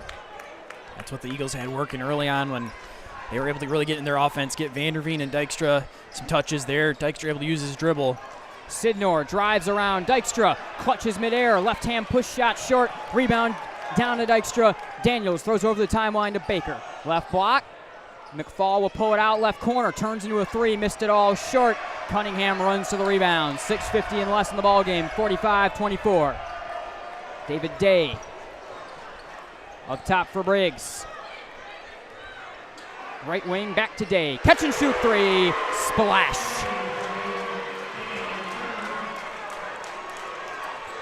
$11 for Day, 48-24 Muskegon. I said it again, I want to say it one more time. This team's really good. Like really good, like Breslin Center, a couple wins at the Breslin Center good. I know there's some East Side teams that think they've got this thing sewn up. I'm not sure they do. McFall to the top of the key. Up fake. Mid-range jumper. Splashes that one down. Good work by McFall. He has 5. 6-11 in the fourth. Yeah, seen some of that from McFall, another guy that can create his own shot in this offense. Hit a 3 earlier. Day, catch and shoot 3, top of the key, falls short. Rebound Davis, put back off the window. 360s and falls. 8 for Davis. Great work by the junior. We talked about how big that matchup was, and in a lot of ways, he's really won it down low.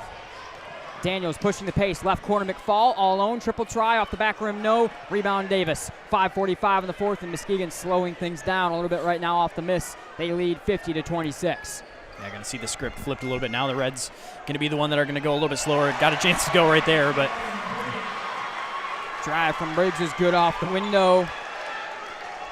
Briggs now with 18. Shamray pressure in the backcourt here by Sidnor, who's facing him up, jumping in his face, putting a couple hands on the basketball. Shamray, top of the key, loses the handle. Sidnor diving on the floor, steals the ball, calls a timeout to get the possession. 5:16 in the fourth, 52-26. It is all Big Reds right now in this one for certain. CT, welcome inside West Ottawa right here. A quick message also from the Grand Rapids Sports Hall of Fame, who celebrates the city's rich sports history by honoring prominent West Michigan athletes and those who have contributed greatly to sports on a local, state, or national level. The GRS HOF also presents annual events in support of West Michigan athletics and raises funds to support local youth organizations and charities. Follow the Grand Rapids Sports Hall of Fame on Facebook and check out pictures and biographies of all 181 inductees online at GRSHOF.com. And if you heard the exciting news that Michigan Basketball Academy and Storm Basketball have joined forces to bring you the best basketball experience in West Michigan. For more information, visit MichiganBasketballAcademy.com. All right, CT, I want to talk about this Muskegon team a little bit more right now because, man, they continue to just impress me unbelievably. Yeah, I think the way they've played in the second half, I mean, they got bottled up for an entire first half, but the way they responded, they stuck with it and eventually got to the game they wanted. You can see, you can go up and down. We'll go through the scoring, I'm sure, at the end of the game, but the difference in the first to second half and the amount of guys, it's not just one guy taking the game over. They've had multiple guys stick with it and have really turned this into an impressive game. Out of the timeout, Hudsonville will go 2-2-1 in the three-quarter court trap this time. Right side to Briggs, thrown over the timeline to Sidnor. Sidnor, long Euro step, leaning left-hand shot, no good. Extended fight for the rebound, secured by Watson, who's back out there for the Big Reds. Skipped up top for Briggs to reset the offense. Hudsonville working out of that 1-2-2 right here. Matchup zone. Left wing Briggs. Defended by Miller, who's on the floor for the first time. Briggs in the lane, loses the handle, but it rolls on to Day right wing. Up top for Sidnor, defended by Jovan Daniels with 4:40 in the fourth. Sidnor, right wing Briggs. Briggs out of the trap, right wing for Sidnor with 4.5. Daniels comes out to meet him. Skip pass left side to Briggs. Briggs will back it out. Briggs is trapped. Briggs is eventually fouled by Baker. So a foul there, just the fourth. Muskegon, again, shot 34 free throws in the fourth quarter on Monday. I promise you one thing, Coach Elliott is not going to do that as Coach Thomas did for East Kentwood on Monday. I think a little bit different coaching philosophies at how a game goes at the end for each of their two squads and styles in general. But it was a fight to the end for East Kentwood. And for us as broadcasters to not walk away. Top of the key, Day, right corner, driving the lane. Martin jump pass to the left corner, nicely poked out of bounds by a reaching Jovan Daniels. It will stay with Muskegon. 4:08 in the fourth, 52-26. Impressive the way that Muskegon quieted the Hudsonville crowd. Got their own going in this one. Lob pass looking for Briggs out of his reach. It's out of bounds. At first it's ruled out off of Muskegon, then it is ruled to have been tipped by Hudsonville. It will stay with the Big Reds. Yeah, Briggs right away signaling that it was deflected, I think by the inbound defender. He right away saw that and let it fall out of bounds. Into the backcourt for Briggs. Defended by Baker over the timeline, and Baker will foul him, trying to harass him for the basketball. 52-26. 15 foul with 4 minutes to go. That's the fourth on Griffin Baker. Jonah Dennis will check in for him. Shamray on the bench right now for the Eagles, getting a rest.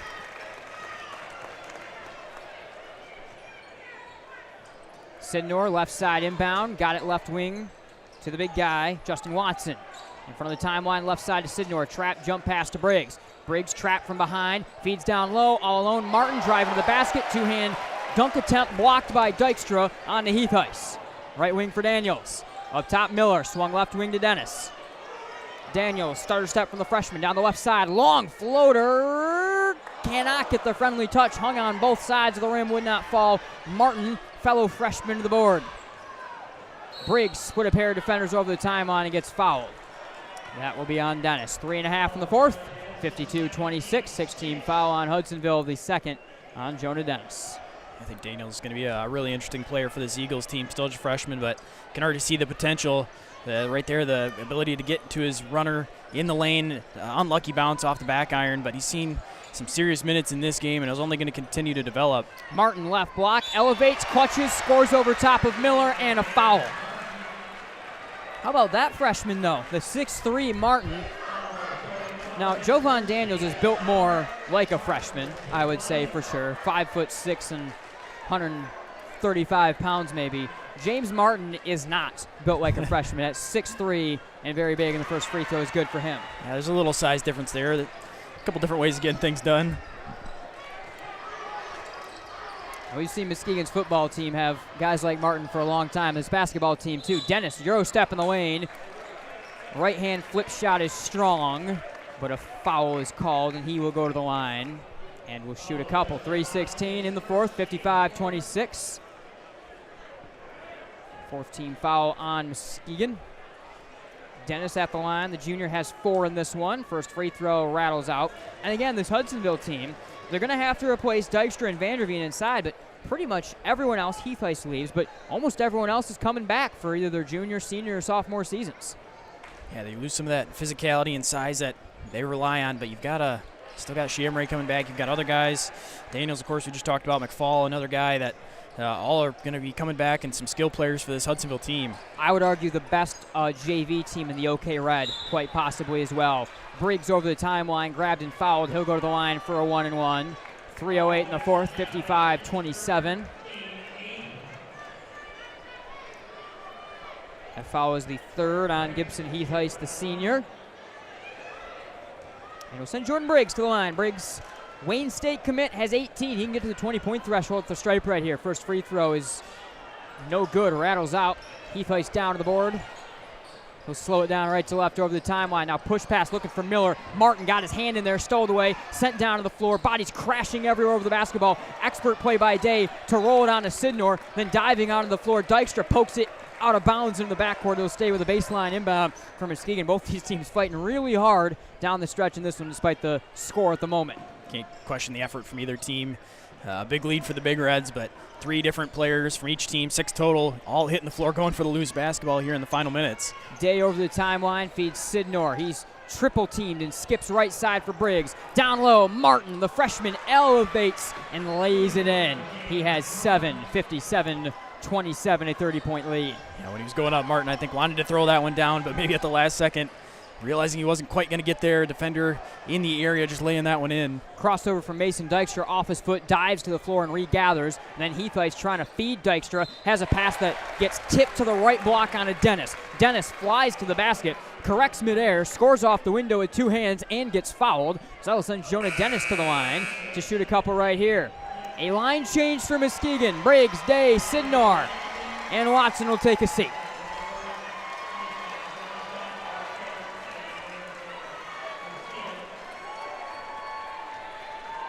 .220 in the fourth, 57-29. Dennis, first free throw at the line, short. Long rebound goes back to Dennis, drives, right hand, flip shot, no good. Rebound ripped down by Keyshawn Johnson, a 6'5 sophomore. Hands off for the 5'8 freshman Arquez Petty. On to Martin, drives, floater, good. 9 for James Martin. This kid's really good, by the way, for a freshman. Here's Daniels, right wing defended by fellow freshman Petty. Drives, floater off the side of the backboard of the block from Langston. Rebound down to Dykstra. Jump stop, turns, reverse layup blocked, and a foul. 1:52 in the fourth, 59-29. I mean, with some of the youth we're seeing right here, I know for a near fact, even with all the seniors that are losing, this Muskegon team probably going to find a way to be back. But even this Hudsonville team, we very likely have got a chance to see this matchup. Now, I know Northview and some other teams are going to reload next year. First free throw good for Dykstra. He has 6, but we're seeing some of the youth that these teams have, and it's a lot of skilled youth, especially this Muskegon unit right now with 6'5" and 6'4" freshmen and sophomores. Makes you wonder what the future there looks like. Maybe a little bit different looking, more powerful team going back a couple of years of that sort of team. Full court pressure on to Petty, given on to Martin, crossover dribble, jump pass over the timeline to Oliver. Oliver drives and jams with the left.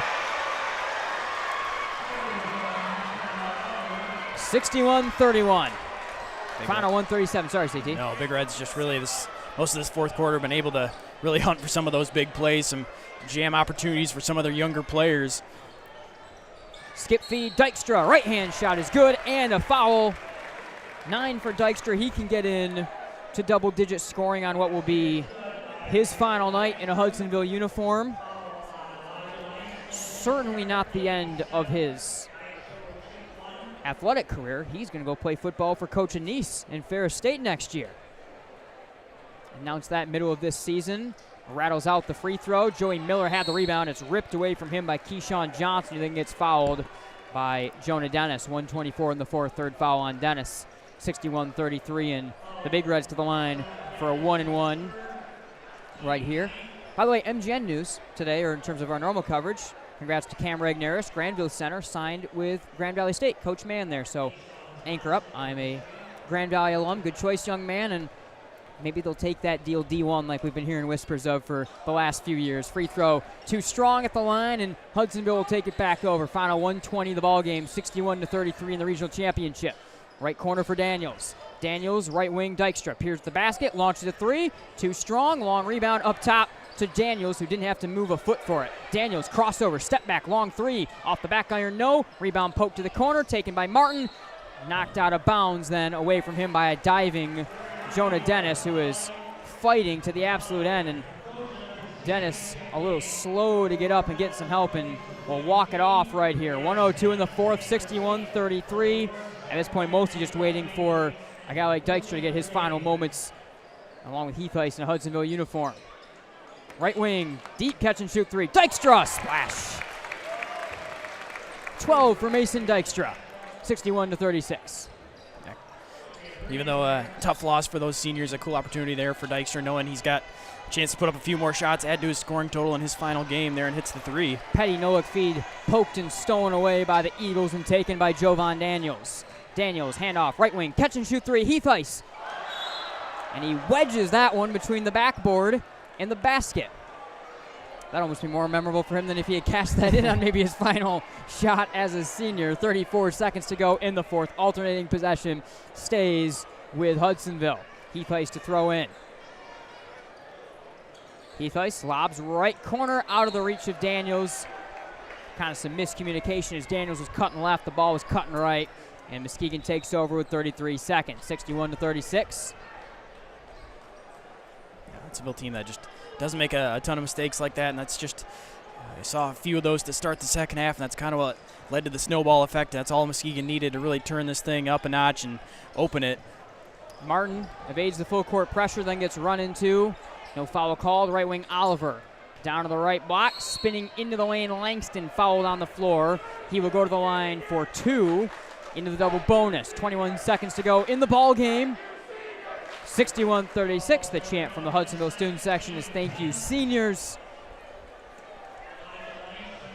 Dykstra, Heath Ice on the floor right now. Terpstra, Vanderveen, and Beamer on the bench. Free throw. Too strong. One more coming for Langston, the 6'7" sophomore. 6'7" sophomore, 6'5" sophomore, 6'3" freshman. I think Muskegon's going to be okay when they lose these trio of terrific senior guards. Free throws up, and it's good. 62-36. Here is Jovan Daniels. Off the right side of the floor, the freshman Hudsonville also going to be okay. Handoff, Dykstra. He'll launch another deep three. Off the back iron, rebound secured by Johnson. He is fouled. 9 seconds on the clock. Not quite Monday night, 62-36. Not quite. I'm having flashbacks a little bit when you see that one there. 9 seconds left. A couple more free throws for the Big Reds. So long we don't get back-to-back timeouts with back-to-back-to-back timeouts with 18 seconds on the clock. Keyshawn Johnson, 6'5", sophomore at the line. First free throw too strong. He looks back to the bench. One more here for the sophomore. Dribbles a few times. Bends the knees. Free throw. Rattles home. Got the friendly touch. Johnson on the board. Here's Daniels with 8 and less.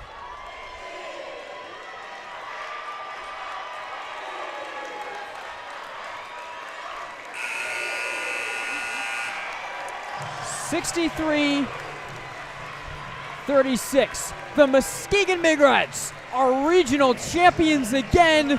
They will move on to Caledonia in the state quarterfinal next Tuesday as their march to the Breslin Center continues. For Hudsonville, it's the end of the road, but what a year for Coach Elliott's team. A district championship, a win over Rockford rival in the semis, and I tell you what, through halfway in this one, they gave this now 24-2 Big Reds team one heck of a scare. Yeah, they really battled for that first half and able to execute the game plan that I'm sure they had talked about in 2 days preparation to this. Gave it everything they had for the first couple quarters. Just this Muskegon team, rather, just so good. And finally really running away with things in the third quarter. But I think that just says just how good this Big Reds team is more than anything for the Seagulls. Yeah, some really blowouts across West Michigan. Now, of course, Unity Christian and Grand Rapids Christian, that game on Michigan Sports Radio. I'm sure most of you have moved over to that game at this point in time. Anyway, that one's close. South Christian beat Hamilton by nearly 40. 63-36. But again, the story out of that game is, the story of that game, Carson Viss injured. That'll make whoever they're playing, whether Unity or Grand Rapids Christian, a much more interesting matchup in a game that's probably going to be played at Van Ord Arena, I would assume, in the quarterfinal in that one. All right, CT, we'll take one more break, come back with some scoring, come back with our Centennial Securities player of the game, and get out of here. Congrats to the Big Reds, regional champions again for Coach Guy's team.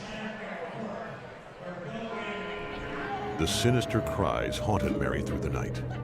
Dawn neared, and still the voice tormented her. She ran towards the safety of her car, flung open the door, and a coyote had somehow gotten locked inside. But the damaged interior was covered, thanks to Farmers Insurance. Coyote Carpool, August 1st, 2015. Talk to a farmer's agent. We know a thing or two because we've seen a thing or two. We are farmers. Bum, bum, bum, bum, bum, bum. Contact the Scott Bates Agency today, 616-531-3441. A proud supporter of MichiganGameNight.com. Can you identify your number one personal trait? The thing that you do better than most others? If not, this may be a good time to think this through. If you're really good at writing, then why use the phone? If you're great on the phone, why use email? If you have exceptional human relation skills, why sit back and let others lead? I'm Randy Hansen, president of Centennial Securities Company. Playing to our strengths is something we do very well at Centennial. And if you're already a customer, you know what I mean. If not, isn't it about time? Member SIPC and FINRA.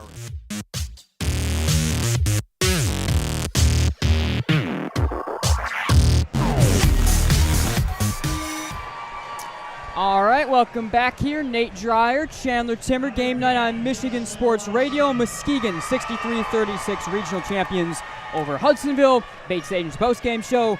Chandler, our scoring recap, and we'll get you your player of the game. All right, for the Eagles, leading scorer was Dykstra with 12, Dennis with 7 points, Vanderveen 6 points, McFall 5, Baker and Daniels each with 3. Of note there, Braden Shamray did not score in this game. Wow, that is an unbelievable note. That kind of live time I didn't even think about. Of course, spent some time on the bench with foul trouble, but that is the note of the game. On to Muskegon? Yep, on to the Big Reds. Leading scorer for the game, Briggs with 18 points, Day with 11, Martin 9, Davis 8, Sidnor with 4, Cunningham and Watson each with 3, Guy, Langston, Oliver with 2, and Johnson with 1 point. All right, Centennial Securities player of the game, Jordan Briggs, had 18. In the same way, Sidnor kept the offense going for them on Monday night. He was just kind of the constant factor. Even in the first half, he had 11 in the first half when his team was struggling and the game was slow and the offense wasn't where Muskegon wanted it. He certainly was the one that kind of kept things moving along in that regard. Briggs, the Wayne State commit, I think making that coaching staff he's going to very happy with this kind of performance tonight, and a game of changing paces and styles. Yeah, it really was a sure hand out there for this team, and what a luxury for Coach Guy when you've got 3-4 guys like that can do that on any given night. Tonight, Jordan Briggs' night, he had 4 triples, only a couple free throws tonight, but scored a couple lay-ins as well, but really doing a little bit of everything, knocking down some shots from deep, though, especially. Yeah, absolutely. All right, let's wrap this thing up. Again, we talked about Hudsonville, such an impressive season for them. They've got a lot coming back. This Muskegon team, they're getting their regional trophy right now in front of the student section. Like I said, this team's really darn good. They'll be at Caledonia for the quarterfinals. Stay tuned to at MI Game Night for what exactly our schedule for the rest of this week and for next week looks like. We're between either being at that game or Calvin Christian. We have a couple different matchups that we are potentially looking at being at Chandler. But this team is definitely going to factor in not just to the quarterfinal game, I don't think just to the semifinal game, but I don't know who won North Farmington, Orchard Lake, St. Mary's tonight. Likely whoever's in that game. I saw some media people from the other side of the state calling that the state championship tonight and getting a little bit cocky about it.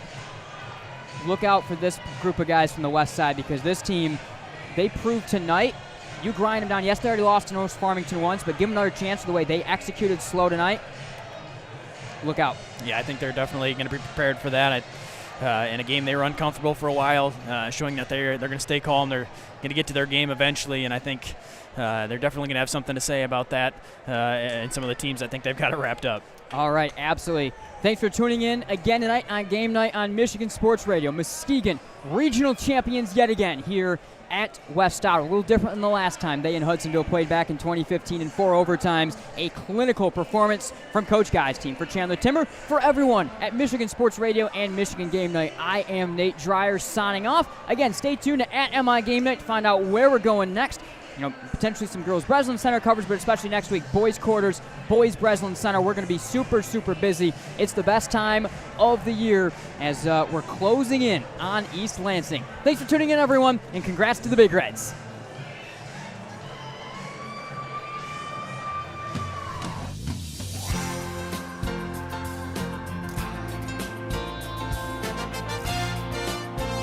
To head over the timeline to Gable. Gable straight to the basket, elevates, slams it down over top of Orbaugh.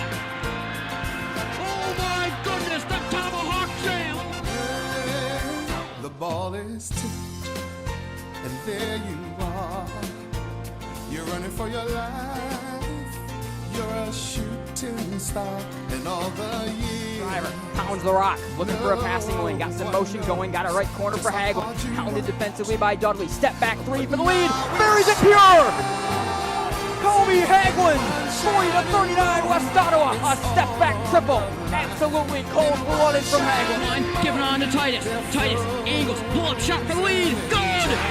Brady Titus, a scream to the heavens after he knocks it down. And the Hudsonville Eagles are state champions for the first time in school history. They bob at center court. Head coach Casey Glass, in his 12th season, has taken the Eagles to the mountaintop. They are state champions. And it's the ultimate revenge for Tri-Unity. Another state championship for Coach Keeler's squad. The defenders of Tri-Unity Christian, state champions in Division